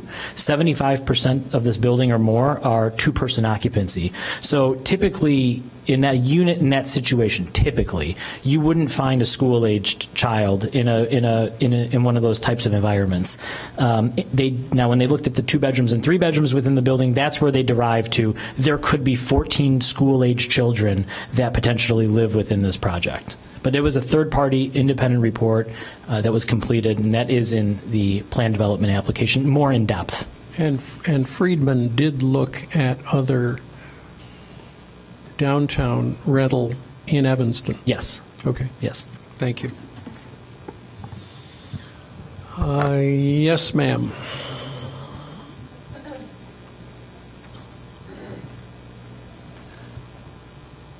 Hello, my name is Sue Lulbach. I work at Connections for the Homeless in Evanston and with a group called Joining Forces for Affordable Housing. And I know that the proposal under consideration meets the requirements of the inclusionary housing ordinance. I would like to ask, however, while the developer is including 2 units, apparently that works. But 29 units won't work financially.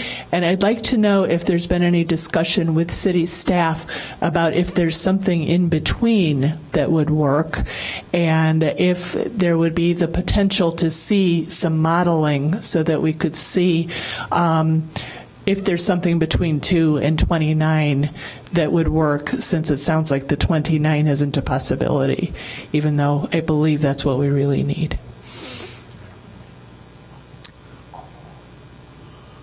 I don't know who wants to try that one.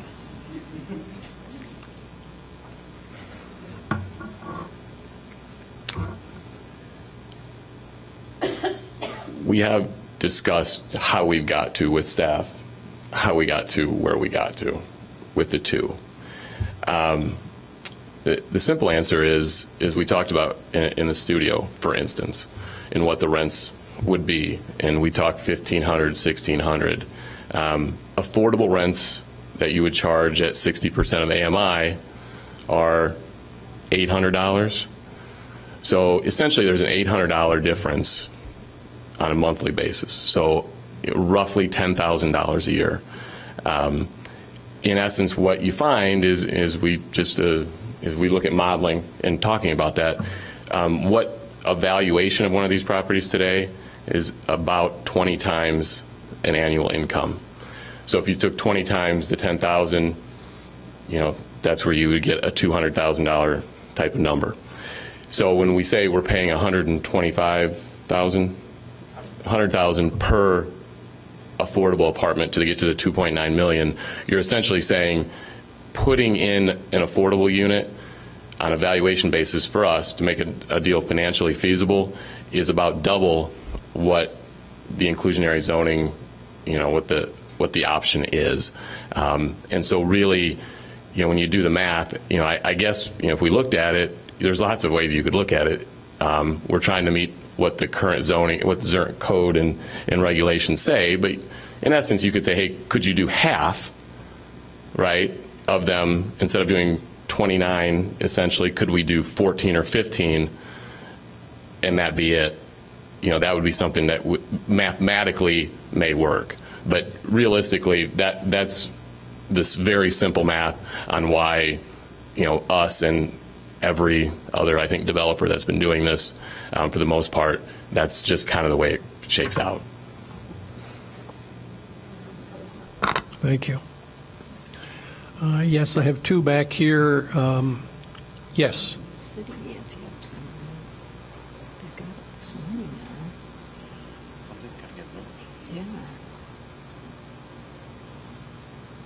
Hi, my name's Hydron Hoppy. I'm an architect in Evanston, and I have a question about the bird strike mitigation. You mentioned bird strike, but I didn't hear any explanation about the migration patterns, how you're going to deal with that.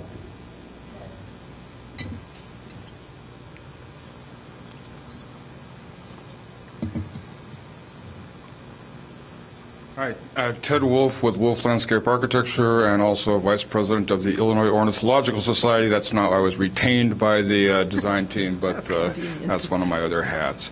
I think Paul talked about the bird impact in a couple occasions. One is the low-level ones, the birds that are nesting and feeding and are local birds. And the other one, which Ms. Hoppy just asked about, was the migratory birds. Most birds migrate at night. They are fooled by reflective surfaces into thinking that it's more sky or more open space in front of them, just like they are maybe during the day with reflective glass. And so the kind of window treatments or glazing treatments that will work at all levels of the building. And so the bird will not be as fooled into thinking that they're flying into open sky because they will see a solid object rather than reflected sky in front of them. So it's really quite simple. Daytime and nighttime, these glazing treatments will have the same effect. The birds that are low, I think, is addressed by not having a lot of landscape and vegetation around there that would be nesting and roosting places. There are some street trees as required by the zoning code, but it's not a forest that's going to be attractive to that kind of thing.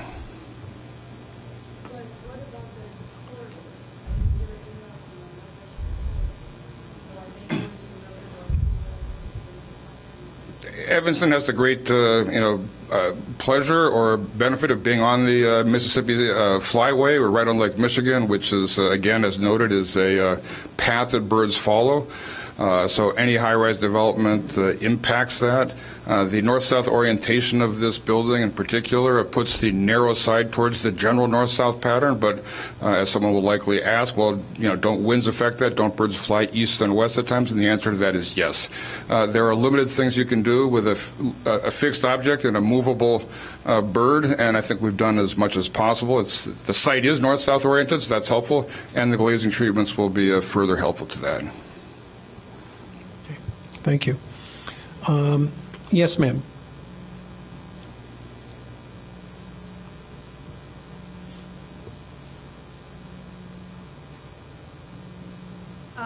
My name is Carol Goodfriend. I live at 1421 Sherman.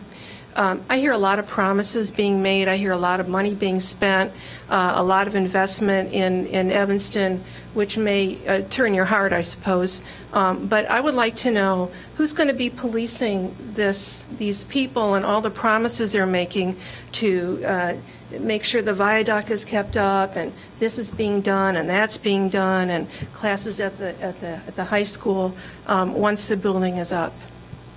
I'm hearing a lot of promises that probably sound very sweet, and I'm just wondering, once it's done, who's going to hold them to their promises? Scott? Mr. Mangum?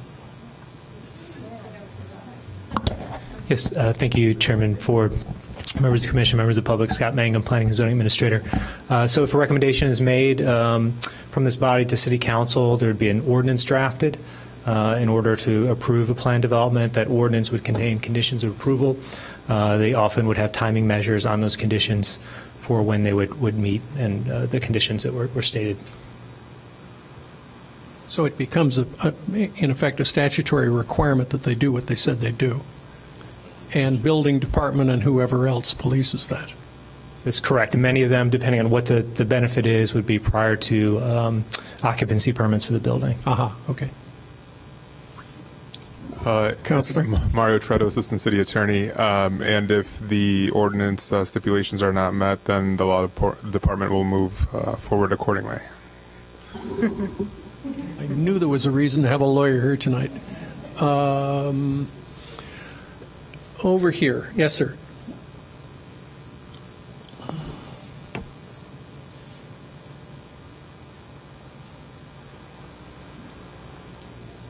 Thank you. My name is Gary Goodfriend. I reside at 1421 Sherman Avenue.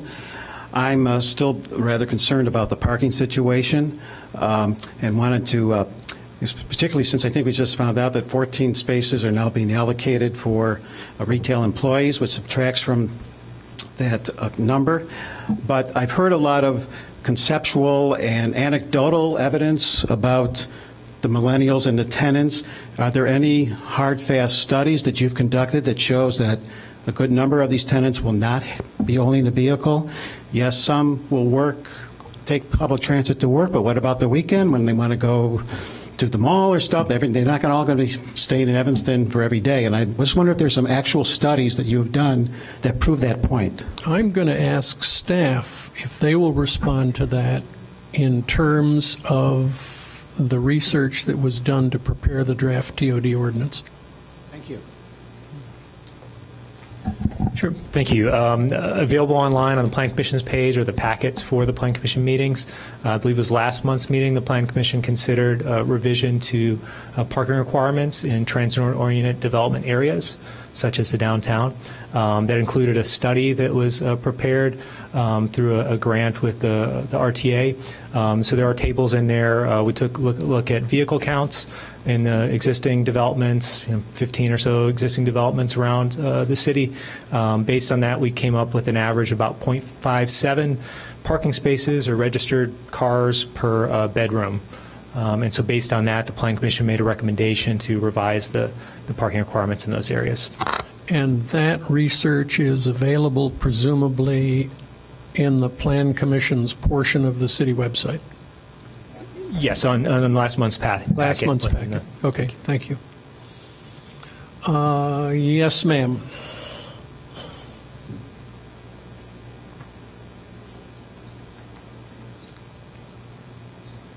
Carol Weiner, and I live at 1430 Chicago Avenue. My question involves wind tunneling in the downtown area and how this building would affect it. Already, the corner with the Rotary is very severe wind tunneling, and the building that's next to Whole Foods, a park, the rental is very severe, as is the one from Davis and Sherman, the corner of Davis and Sherman. With all these high rises coming in, it's becoming dangerous. And I was wondering if there had been any studies done on the effect when you were planning the architecture of this building, what effect it would have on the wind. Okay. Thank you. Thank you.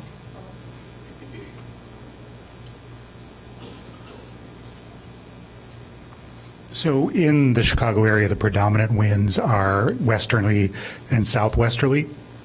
One of the main ways that you avoid wind at the ground is to not have your building run straight down to the ground in the tower, to have your tower land on a podium.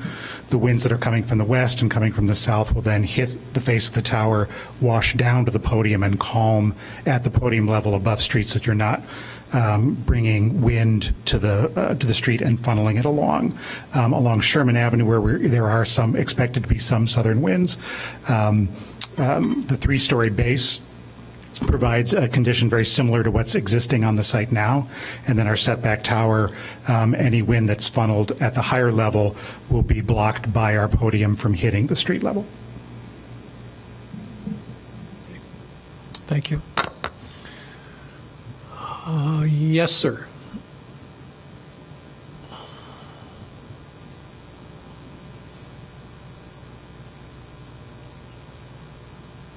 Good evening. My name is Alan Factor. I live at 1503 Oak. And I've got a question also about parking and garage occupancy. First of all, I'd like to know what you're going to be charging for renting a garage space to residents. Also, if your garage is not filled, will you be renting to outsiders? And another question is, or I'll phrase it as a question. Please. I suspect you will have, perhaps you will be getting millennials in, but not everybody is going to be working downtown. Based on the ownership in our condominium, we've had people working at Cyril and other large corporations in the far north suburbs, and they depend upon a car.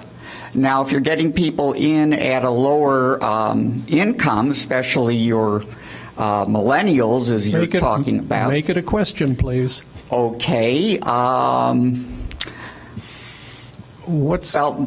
Okay, my question is, will people be able to afford the garage space rental in addition to paying $2,000 a month for a convertible studio?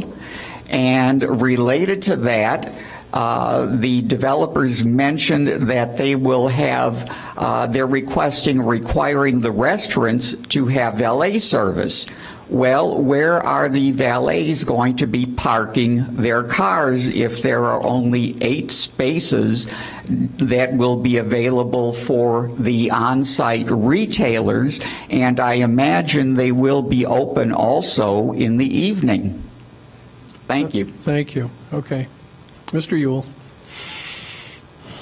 Try my best on this one. I think the question was, can the residents afford the parking? What will you be charging for parking? Will parking be tucked into the rent, or will it be an additional charge? I guess is one question. It'll be an additional charge. It'll be a market rate set by what the normal market is for a monthly parking pass. So if you were to look at a garage across the street, if you were to look at a garage in a competitive parking area, they're all going to be very similar. We're going to be right in line with that. We don't anticipate a lot of the studio renters to be bringing cars, as we stated. So we anticipate the 2 bedrooms, 3 bedrooms, maybe 2 people living in a 1-bedroom plus den to be utilizing those stalls. So they might be the ones that are young professionals that are making $100,000 or more, and they'll be able to provide for paying for those stalls. I think there was another part of the question in terms of the valet. So the valet is currently across the street from us is the Holiday Inn, and the Holiday Inn, no matter what, I go to the site all the time, it's very empty. So there could be a wedding going on at the Holiday Inn and the site is still empty. The idea is to make an agreement with the Holiday Inn, work with them across the street to provide ample parking for the valet to go right across the street and bring the car right back up in front of the site. Okay, thanks. There was a question back, I'm sorry, do you want to keep?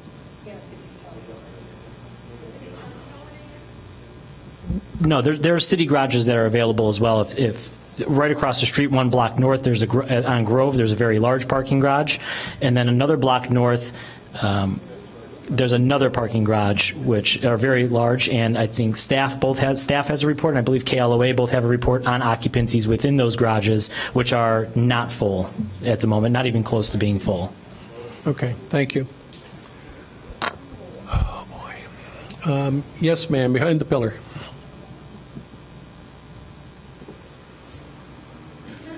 Hello, my name is Melody Bickham. I'm at 1712 Dobson Street in Evanston. 2 questions, but they're easy and quick. One of them was regarding the retail space. I'd like to know how or whom you are inviting into the retail space and how much retail space is there, like in terms of square footage, what types of retailers are coming to this facility, or who are you expecting to be there, what types of stores?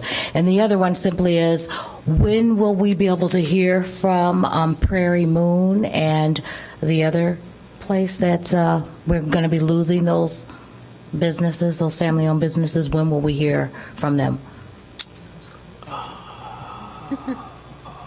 Okay, Mr. Ewell, I'm going to suggest that you take the first one. Okay. And as long as you have brought Tommy Nevins and Prairie Moon along as your witnesses, we will bring them up now.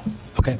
First question is how much retail square footage is in the building? We plan for a plus or minus 4,500 square foot restaurant, which it's our full anticipation that we're going to be working with Prairie Moon on reconcepting a different idea for them to have an indoor-outdoor space. I'll let the owner of Prairie Moon speak to that, but that has been our conversations all along as we've been moving forward.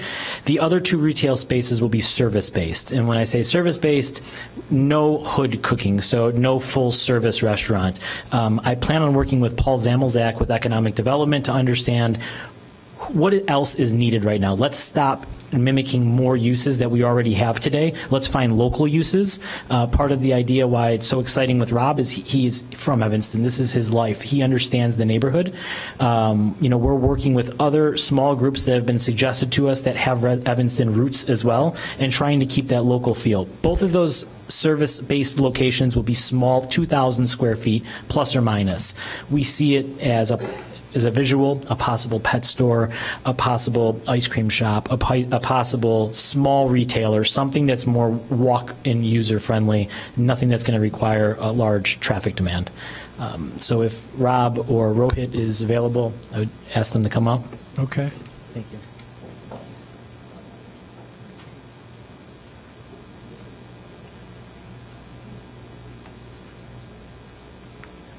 Hi, my name is Rohit Sajpal from Tommy Nevins Pub.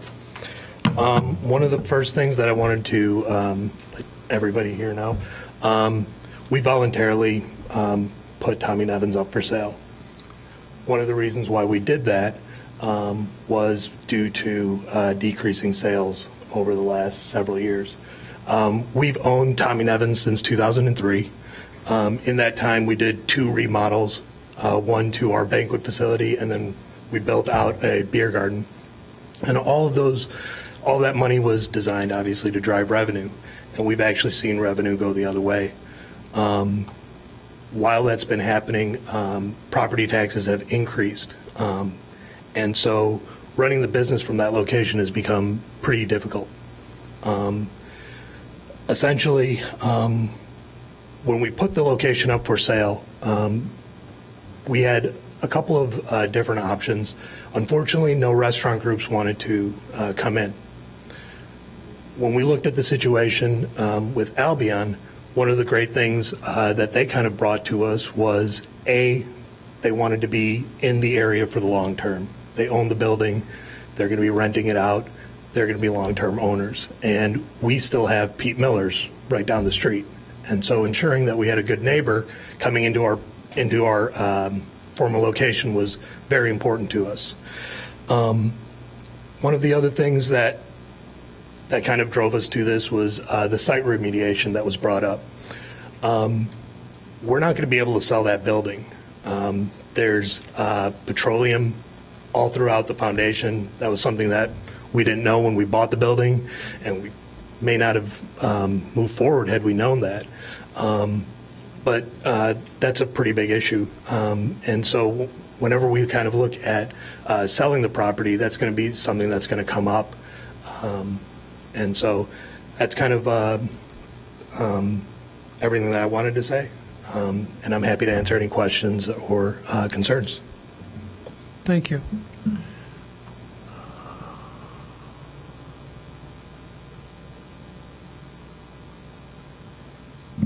Hello, my name is Robert Strom. I'm the owner and operator of Prairie Moon Restaurant at 1502 Sherman Avenue. Just a brief history. I was born in '63, and my family moved here in that year.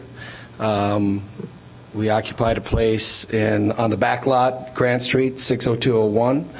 I owned my first place myself over on Hull Terrace, 60202, and I currently reside in 60203. Evanston has been my home for my entire life. It's also been my home for my entire professional life. I started with Steve Prescott at Davis Street Fish Market in 1985. Mr. Strom, I would ask you to... 3 minutes. You got it. Thank you, sir. Thank you, Chairman. All I wanted to say is that I believe that this is a good move for us. This is an opportunity for us to be able to update, for us to be able to be more relevant, more current. We currently occupy about 7,200 square feet. We'd like to be more right around 4,000, 4,500. We've worked with Albion, we've worked with Andrew over a year now, and I think the project is solid. I will say that that area of Evanston right now, if you've looked at it in its history, the space where the funeral home was available before our space was. So that's been vacant for 17 years, is that right? About 17 years. Plus a parking lot that is in disrepair. It's an awkward space. We've been working within it since 2001. We want to stay there. Albion has given us the chance to stay there. We want to come back into this project. We believe in this project. I believe in Evanston. I understand what everybody's concerns are. But as far as a business owner, this is a very good move for us, and I feel like, you know, as far as being a part of the community, we've paid our dues and we've done our part, and we'll continue to do so within the new location. So there's my 3 minutes. Thank you. Thank you, Chairman. Yes, ma'am. Yes. We may have to send out for breakfast. Breakfast, yeah. Let's see, I have a hand here. Yes, ma'am. My name is Hanchar. I live at 1501 Oak Avenue. Come to the microphone so we can hear you. My name is Hanchar, and I live at 1501 Oak Avenue. My question is going to be addressed to Mr. Kane, I believe it is. So these are all apartments, correct? Yes. And Albion is the owner of the building. Yes. And your Village Green is definitely going to be the manager, as they do manage all of your other buildings. Yes. And so with all the good news that you come into Evanston with, that this is going to happen and that's going to happen and all this money, I don't think you came in for that purpose. So my question is, are these apartments having leases? Yes. Do they have leases? And would you not have proposed anything, since according to your little card, there are building codes with certain limits of height and number of units, which yours are double that? Would you not have come in at all if you couldn't make enough money off of this building? So if the board says you have to go down to 100 units, you'd say, sorry, we're not doing this? Because, you know, with all, just like the money for the high schools, the area you're affecting. Ma'am? Yes. You're starting to move out of the question, Hey, but forget as the school thing. You got my questions, I'm sure. There are leases, and if you presented according to the codes of Evanston for 100 or 110 units, would you even be here because you couldn't make enough money? Thank you. Go for it. I wouldn't. As was mentioned, you know, the site has been available. You know, Rohit mentioned he's tried to sell his business. The funeral home has been down for a long time. You know, you would go up. We are asking for some variances. There's no doubt. But the one that we're really talking about is going from 90 units, I believe in your question, from 90 to 287 units.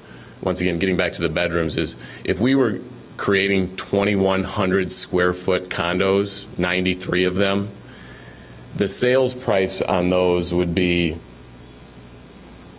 millions of dollars.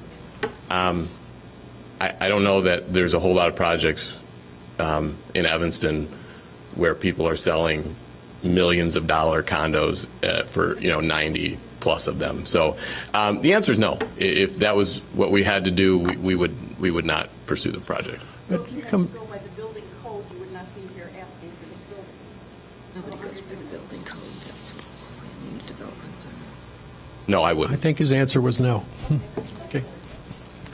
Thank you. Okay, I'm going to take one more question, and it's back in the corner. Yes, ma'am.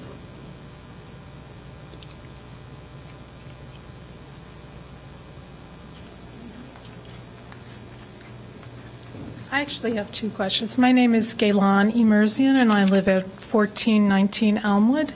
And I'm a pedestrian. I walk that area all the time. One of my questions has to do with, you have a 40-foot setback for the Part 2. What is the setback for the lower part of the building, which is, what's the setback between the curb and the building itself?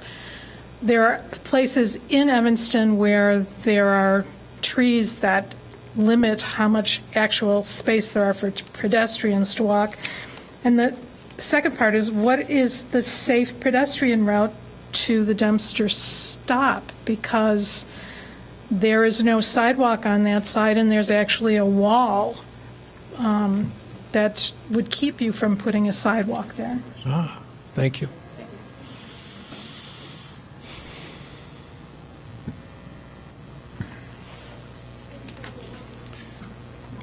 Ted Wolf again. If you look at the dimensions on the very right there, the overall dimension of the Sherman Avenue sidewalk from back of curb to property line is 14 feet 4 inches.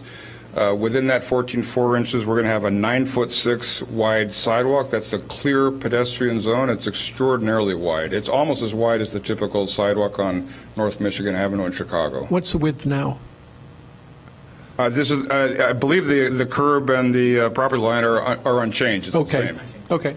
And so within that 14 feet 4, there will also be the planter per the Downtown Evanston Streetscape project, a narrow planter with a curb and tree and planting below it. But 9'6" is the key thing I think the lady was asking about. That's a very wide sidewalk. On Lake Street, it's wider still. We have 19 feet 7 inches of overall width. The sidewalk will be 10 feet wide there. There's no point in having a wider sidewalk than that. It literally is wide enough to drive a truck down. And so these will both be generous sidewalks, allowing pairs of people to pass each other without having to give way. I can't answer the question about the safe route to the dumpster stop. Maybe somebody else could field that. New Way or others? Well, I mean, the safe... Yeah, the safe walk to the dumpster stop may be a problem, but I don't know that it's this project's problem. Okay, we've been at this for 2 hours. We're going to be at it for a while longer, I guess. I will now invite public testimony in the order in which you have signed in. Again, I ask you to limit your comments to 3 minutes, and if at all possible, try not to be repetitive if someone has made the point earlier. Let's see. Mr. Strom has spoken and left. Ms. Roosevelt, do you... My question was a little bit different, but I don't need to reiterate what others have said. Okay. But I can mention what I liked that others said in less than a minute. Come on up.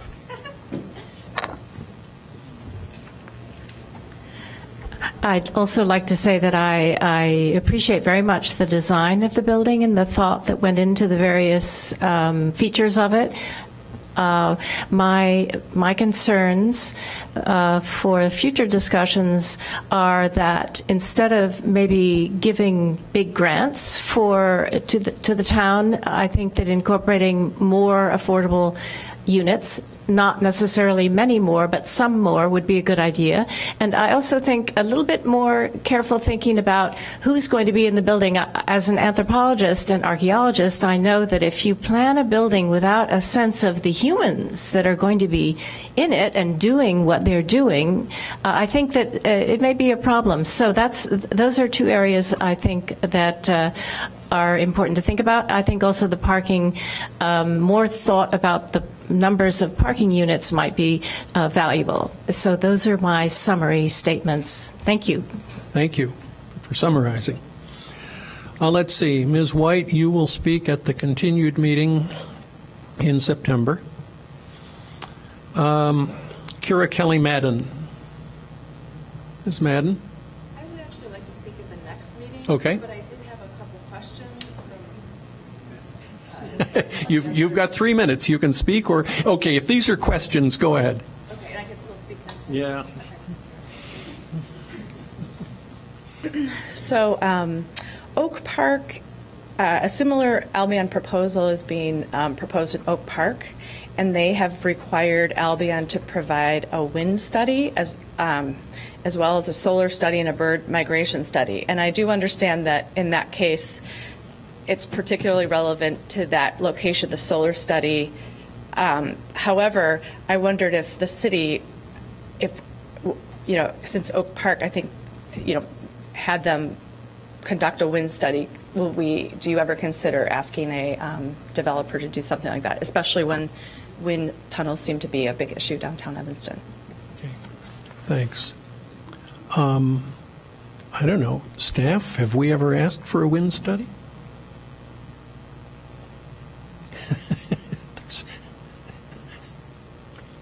I'm tempted to ask, Jessica, have we ever asked for a wind study? You've been around longer than any of us. Have we? Yes.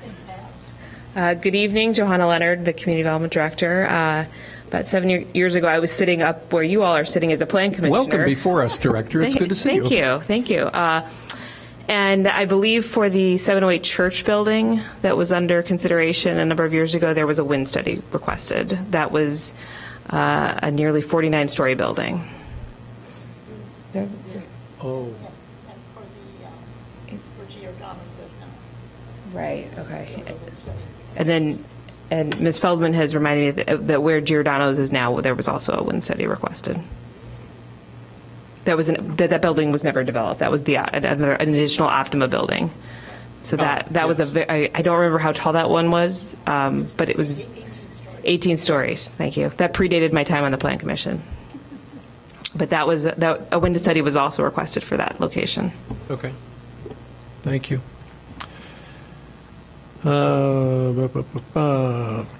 Thomas Wesley. I guess I would prefer to hold while everything's a little bit fresher and speak at the next meeting. All right. Lee Katz. Okay.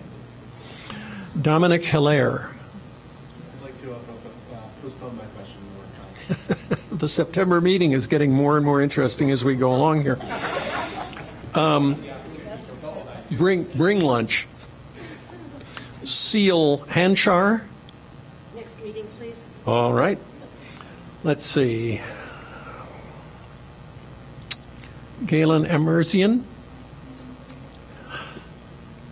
Carol Liner. Okay. Chuck Waserberg. Weserberg. Next meeting? Oh, dear. I'm sorry. Sue, who lives at 2121 Dewey. Okay, thank you. Sari Caddison Shapiro. Chris Nicholas. Here comes Mr. Nicholas.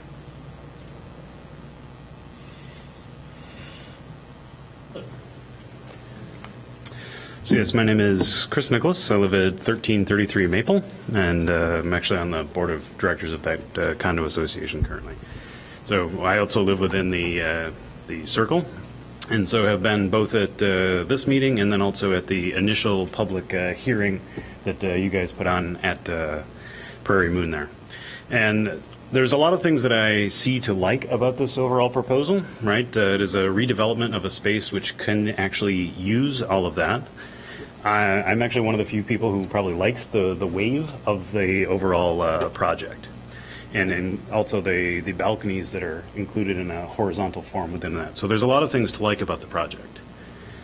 So the thing is, though, that Evanston has a zoning code, right? And in 2009, after a ton of community involvement, there were things such as the floor area ratio that were put into effect, where we're supposed to have something like 5.4, maybe is something closer to 6 for a planned development like this.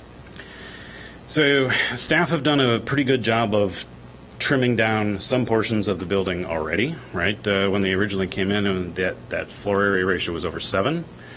But we're still quite high. That would be about 3 floors that need to be removed from the building in order to come pretty close to where zoning code is at.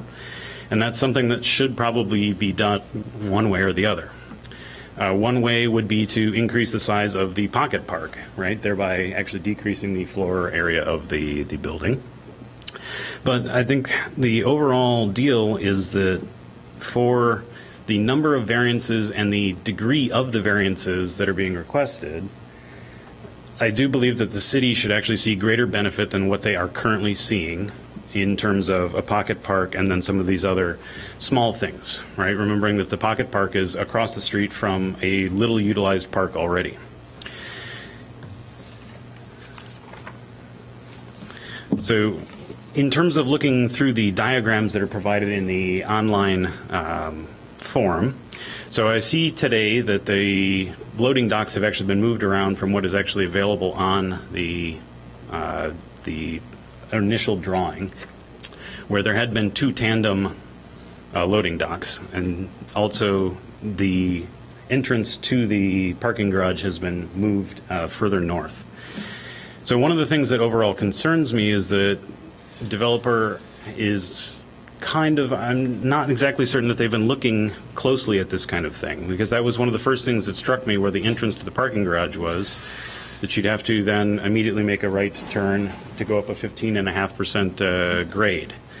I didn't think that that was going to be possible, and apparently, as you said tonight when you started doing the traffic studies, that was indeed true.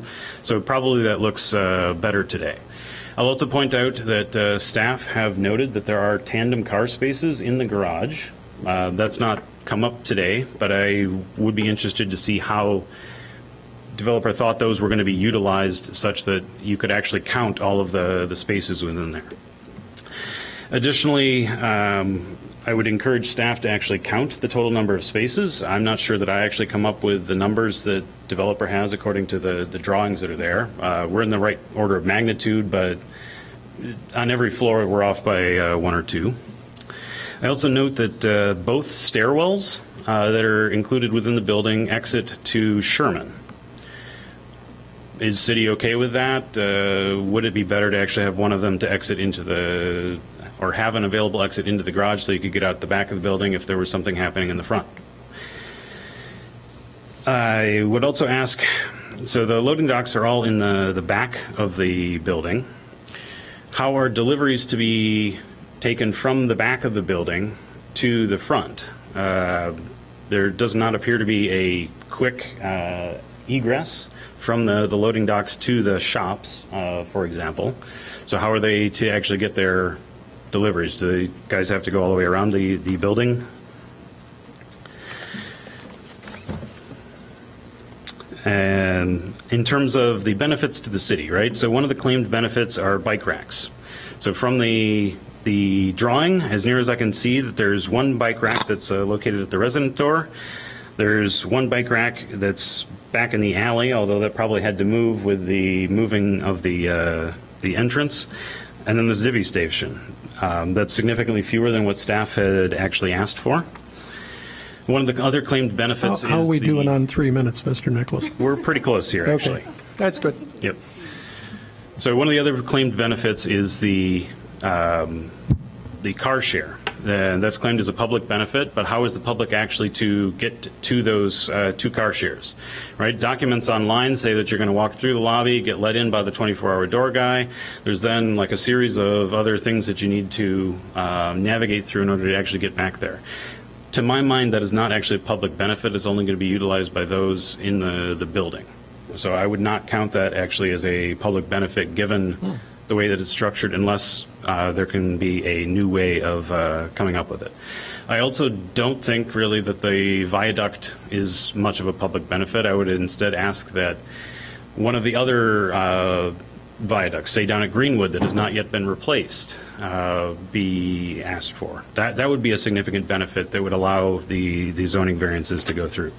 So overall, it's just the question of exactly what benefit is the city going to see out of the significant number of variances that are being asked for and the degree of severity. We're significantly over the FAR. Usually when a project comes to this board, we're arguing about 0.1, 0.2, 0.3 FAR. Here we're significantly above 0.5, regardless of exactly how it is calculated. So overall, it's just a question of what value is the city going to see for approving a building which is grossly out of compliance with code.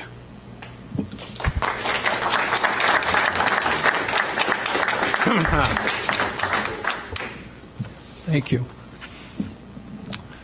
Helen Galland. Helen's not here. Melody Marion Bickham.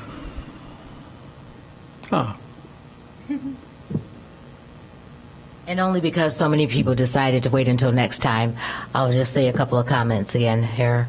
And so now my comments would be, I'm basically pretty much for the building in terms of it being the design. I think it's a beautiful building, actually. I think that it could bring people together for a nice spot, the Pocket Park, just serving the public, especially since Prairie Moon actually is still for it and going to be a part of it. I think that's a wonderful family-owned restaurant, and if it can remain here, that would be important. And also Tommy Nevins, the fact that they are actually trying to leave the space in the area, so we're not really hurting those businesses that I really feel strongly about, making sure that they weren't objecting to this project. So as long as they approve of it, I think that's positive and good. And I would like to also say that it's good that they thought of so many things. The jobs that they're bringing in that this project could enhance, I think that's great. I just hope that someone does keep on that for the promises that they are saying they're going to do. And that's all I'd like to say. Thank you. Seth Weinberger. Here is Mr. Weinberger.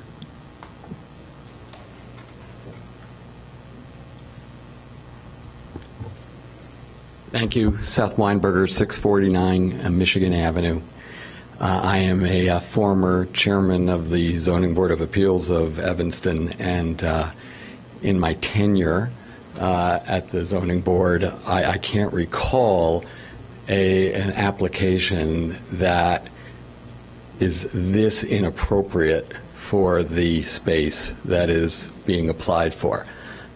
We have a plan in Evanston for this to be a transitional part of downtown that steps back the height and mass from the core downtown, and this would just increase the core and mass from the central downtown. I am rather stunned that the project has gone this far, and I hope it will not go any further. That's it. Thank you.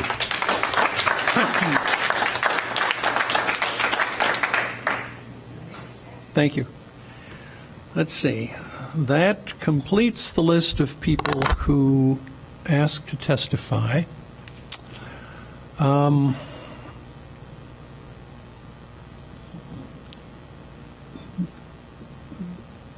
reached this point, we have a list of those of you who have asked to speak at the next meeting.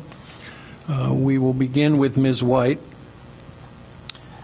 and allot the same amount of time. Remember, if you are under oath tonight, you will remain under oath when you testify next week or next month. Remind me the date, September 13th, here at 7 o'clock. So as of now, this hearing is continued. We have no additional business that we need to do we? Announcements that we need to make? Oh, yes, there is one. You all are free to leave. I'd ask you to leave quietly because we've got a little bit of business left that we have to do. Go in peace. We'll see you in a month. It is your intent to convene us again on August 30th? Yes, it is. There are actually 2 items that will be brought before you. One would actually be probably the biggest thing is August 30th is intended to be a joint meeting of the Plan Commission and the Zoning Board of Appeals, because we have a potential project on Simpson that will require both a rezoning of the property and a special use to operate for a proposed restaurant at that site. So that meeting is intended to convene on August 30th. And also we would have a discussion item that is an aldermanic referral for a discussion regarding the C1A zoning district. Which is? That's a commercial mixed use. And Alderman Nguyen, I believe, was the alderman who referred that item to the Plan Commission. She has some concerns regarding some of the regulations within that zoning district, so we just want to look at some of the options for either updating that or changing it if possible. So it'll be a discussion on that item. Is that the one that's along Green Bay? That is significantly more so along Chicago Avenue, Is that the car dealership special one, or? essentially. Okay. Around there. Okay. It's the Auto Barn special. Yeah. Okay, so we'll begin with the joint meeting with the ZBA, and then go on to this Exactly. item. Okay. And then bring the Albion project back in September. Yes. 2 weeks after that. Can we talk about the format of public hearings in some of our future meetings? Excuse me? Yes. Speak, Carol. The way you described the reason for asking for a continuance isn't what happened tonight, and it isn't what happened at previous public hearings. I mean, they're not asking for additional information. They're just asking to continue putting off the decision. I don't think they come in with additional facts for us to consider.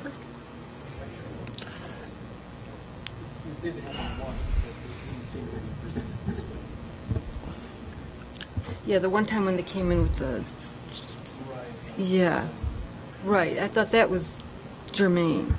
I might or might not agree with you, but I'm not sure that we have the discretion to make that judgment. Now, the one thing that part of the reason that we went through some of the dance that we went through earlier this evening was because I am adamant on the idea that the request for a continuance can't be made until after the testimony has been presented to the developer. We had, 6 requests for continuances at least. Only 4. It felt like 6 that came in before we had even convened, and that to me makes no sense. But I'm not sure that we've got the discretion under the ordinance to challenge whether they are in fact intending to bring in rebuttal testimony. But that's the point of them asking for continuance. That is the point. Why are other people not speaking tonight? Why are they delaying the testimony? I think part of it is that some members of the public, and I don't know that we can't change that, and we can't say that it's an assumption, actually, that come here to the first meeting knowing there'll be a continuation to learn about the project, and don't necessarily do the homework they need to do before they come. I think this project, though, is available at the co-urbanity site. It's It's had several meetings. I think they're Oh, whether that's right or not, that's what I notice. Where I think they're very well informed, you know. Yeah, So my guess is that most of the people who were here tonight knew what the project was about. I think people just want to go home. I think that was part of it. it does make it hard on the developer, though, to bring back any kind of additional information because they left without a whole lot to work with, I feel like. I agree. There's nothing for them to rebut when the testimony's at the same time. So Well, I don't know. I think there were a few questions that they might be wise to see if they can respond to, but It felt like in previous meetings where we had continuations, it was more obvious what they could clarify at the next half of the meeting than tonight, for sure. the basic requirement that the basic statement that the intent of a continuance is to allow time to gather information to rebut the testimony of the applicant is in the ordinance. So that's outside our jurisdiction. If anybody can think of a way of rewording our rules to get at what you're trying to get at without violating the ordinance, I suppose we could think about that. Am I going rogue on you here, Counselor? Not yet. reconvene the rules committee. It would essentially be a rules issue, so that's something for all of you to think about. And then if there's any sort of modification, also with the city code language, that would be a text amendment, and that would be another way to consider addressing this issue. Yeah. Thank you, Carol. Does the public, it's been a long time since we've seen you, Jessica. Do you have anything you want to say? What are you going to do about the wind study?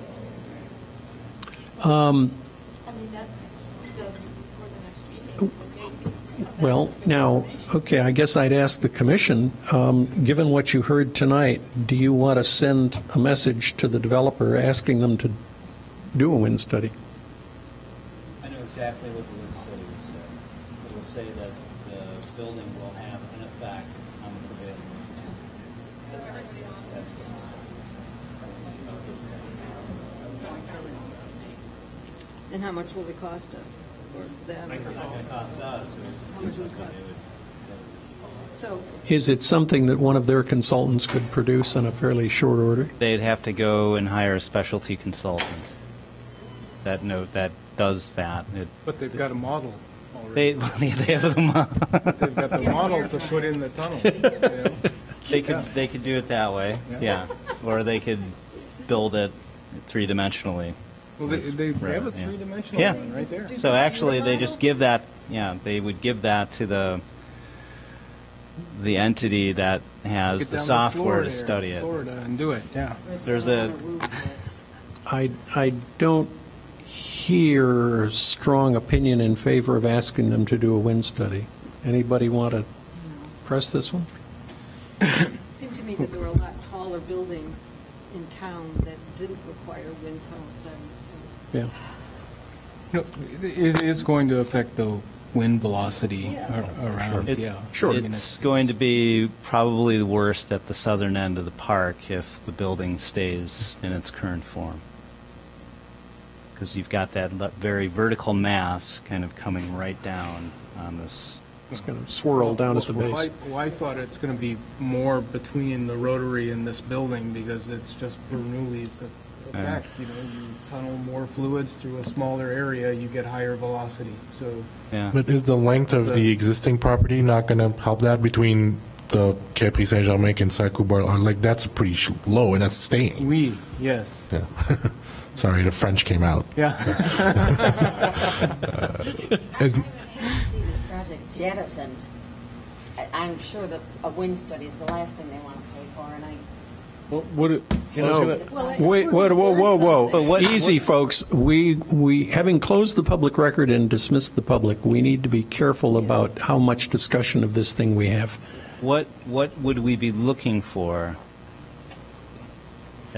with the wind study, what metric would say, wow, that's really too windy? I don't know. It just, Well, can I make a point? Okay. They may do a wind study on their own accord to determine comfort levels on the terraces and the balconies and the wind loads on the facade. So we should ask them if they're going to do it on their own. They just may do it. They may want to postpone it until after the project's approved, as opposed to prior to it being approved. I think that's typical to do it after it's approved. Okay. Would it be appropriate potentially to ask for a specific study on the southern end of the building as part of an approval motion from Plan Commission? So between us and the City Council, just the wind study would happen. I'm just throwing it out there. Jessica, do you remember when the last time a wind tunnel study or wind study was done? When the Spire was the 49. The 49-story one? Maybe it's not tall enough. I don't know. That would have been That was 10 or 12 years ago, I right? currently happen to live in a wind tunnel. Yours are downtown. I think it was 10 years ago. I think it got All right. I assume that somebody on staff is going to be talking to somebody among the developers within the next few days. Pass on the substance of this discussion without suggesting that we have reached a firm conclusion. it'll cost them about $30,000. Okay, I'm not suggesting. That's what I would have guessed. Just let them know that this was, we heard the public wondering about it. Okay, anything else that needs to come before us? If not, is there a motion to adjourn? Motion to adjourn. Who was that? Lewis? Yes. Second, Goddard. All in favor? Aye. Opposed? None. We are adjourned. Thank you all.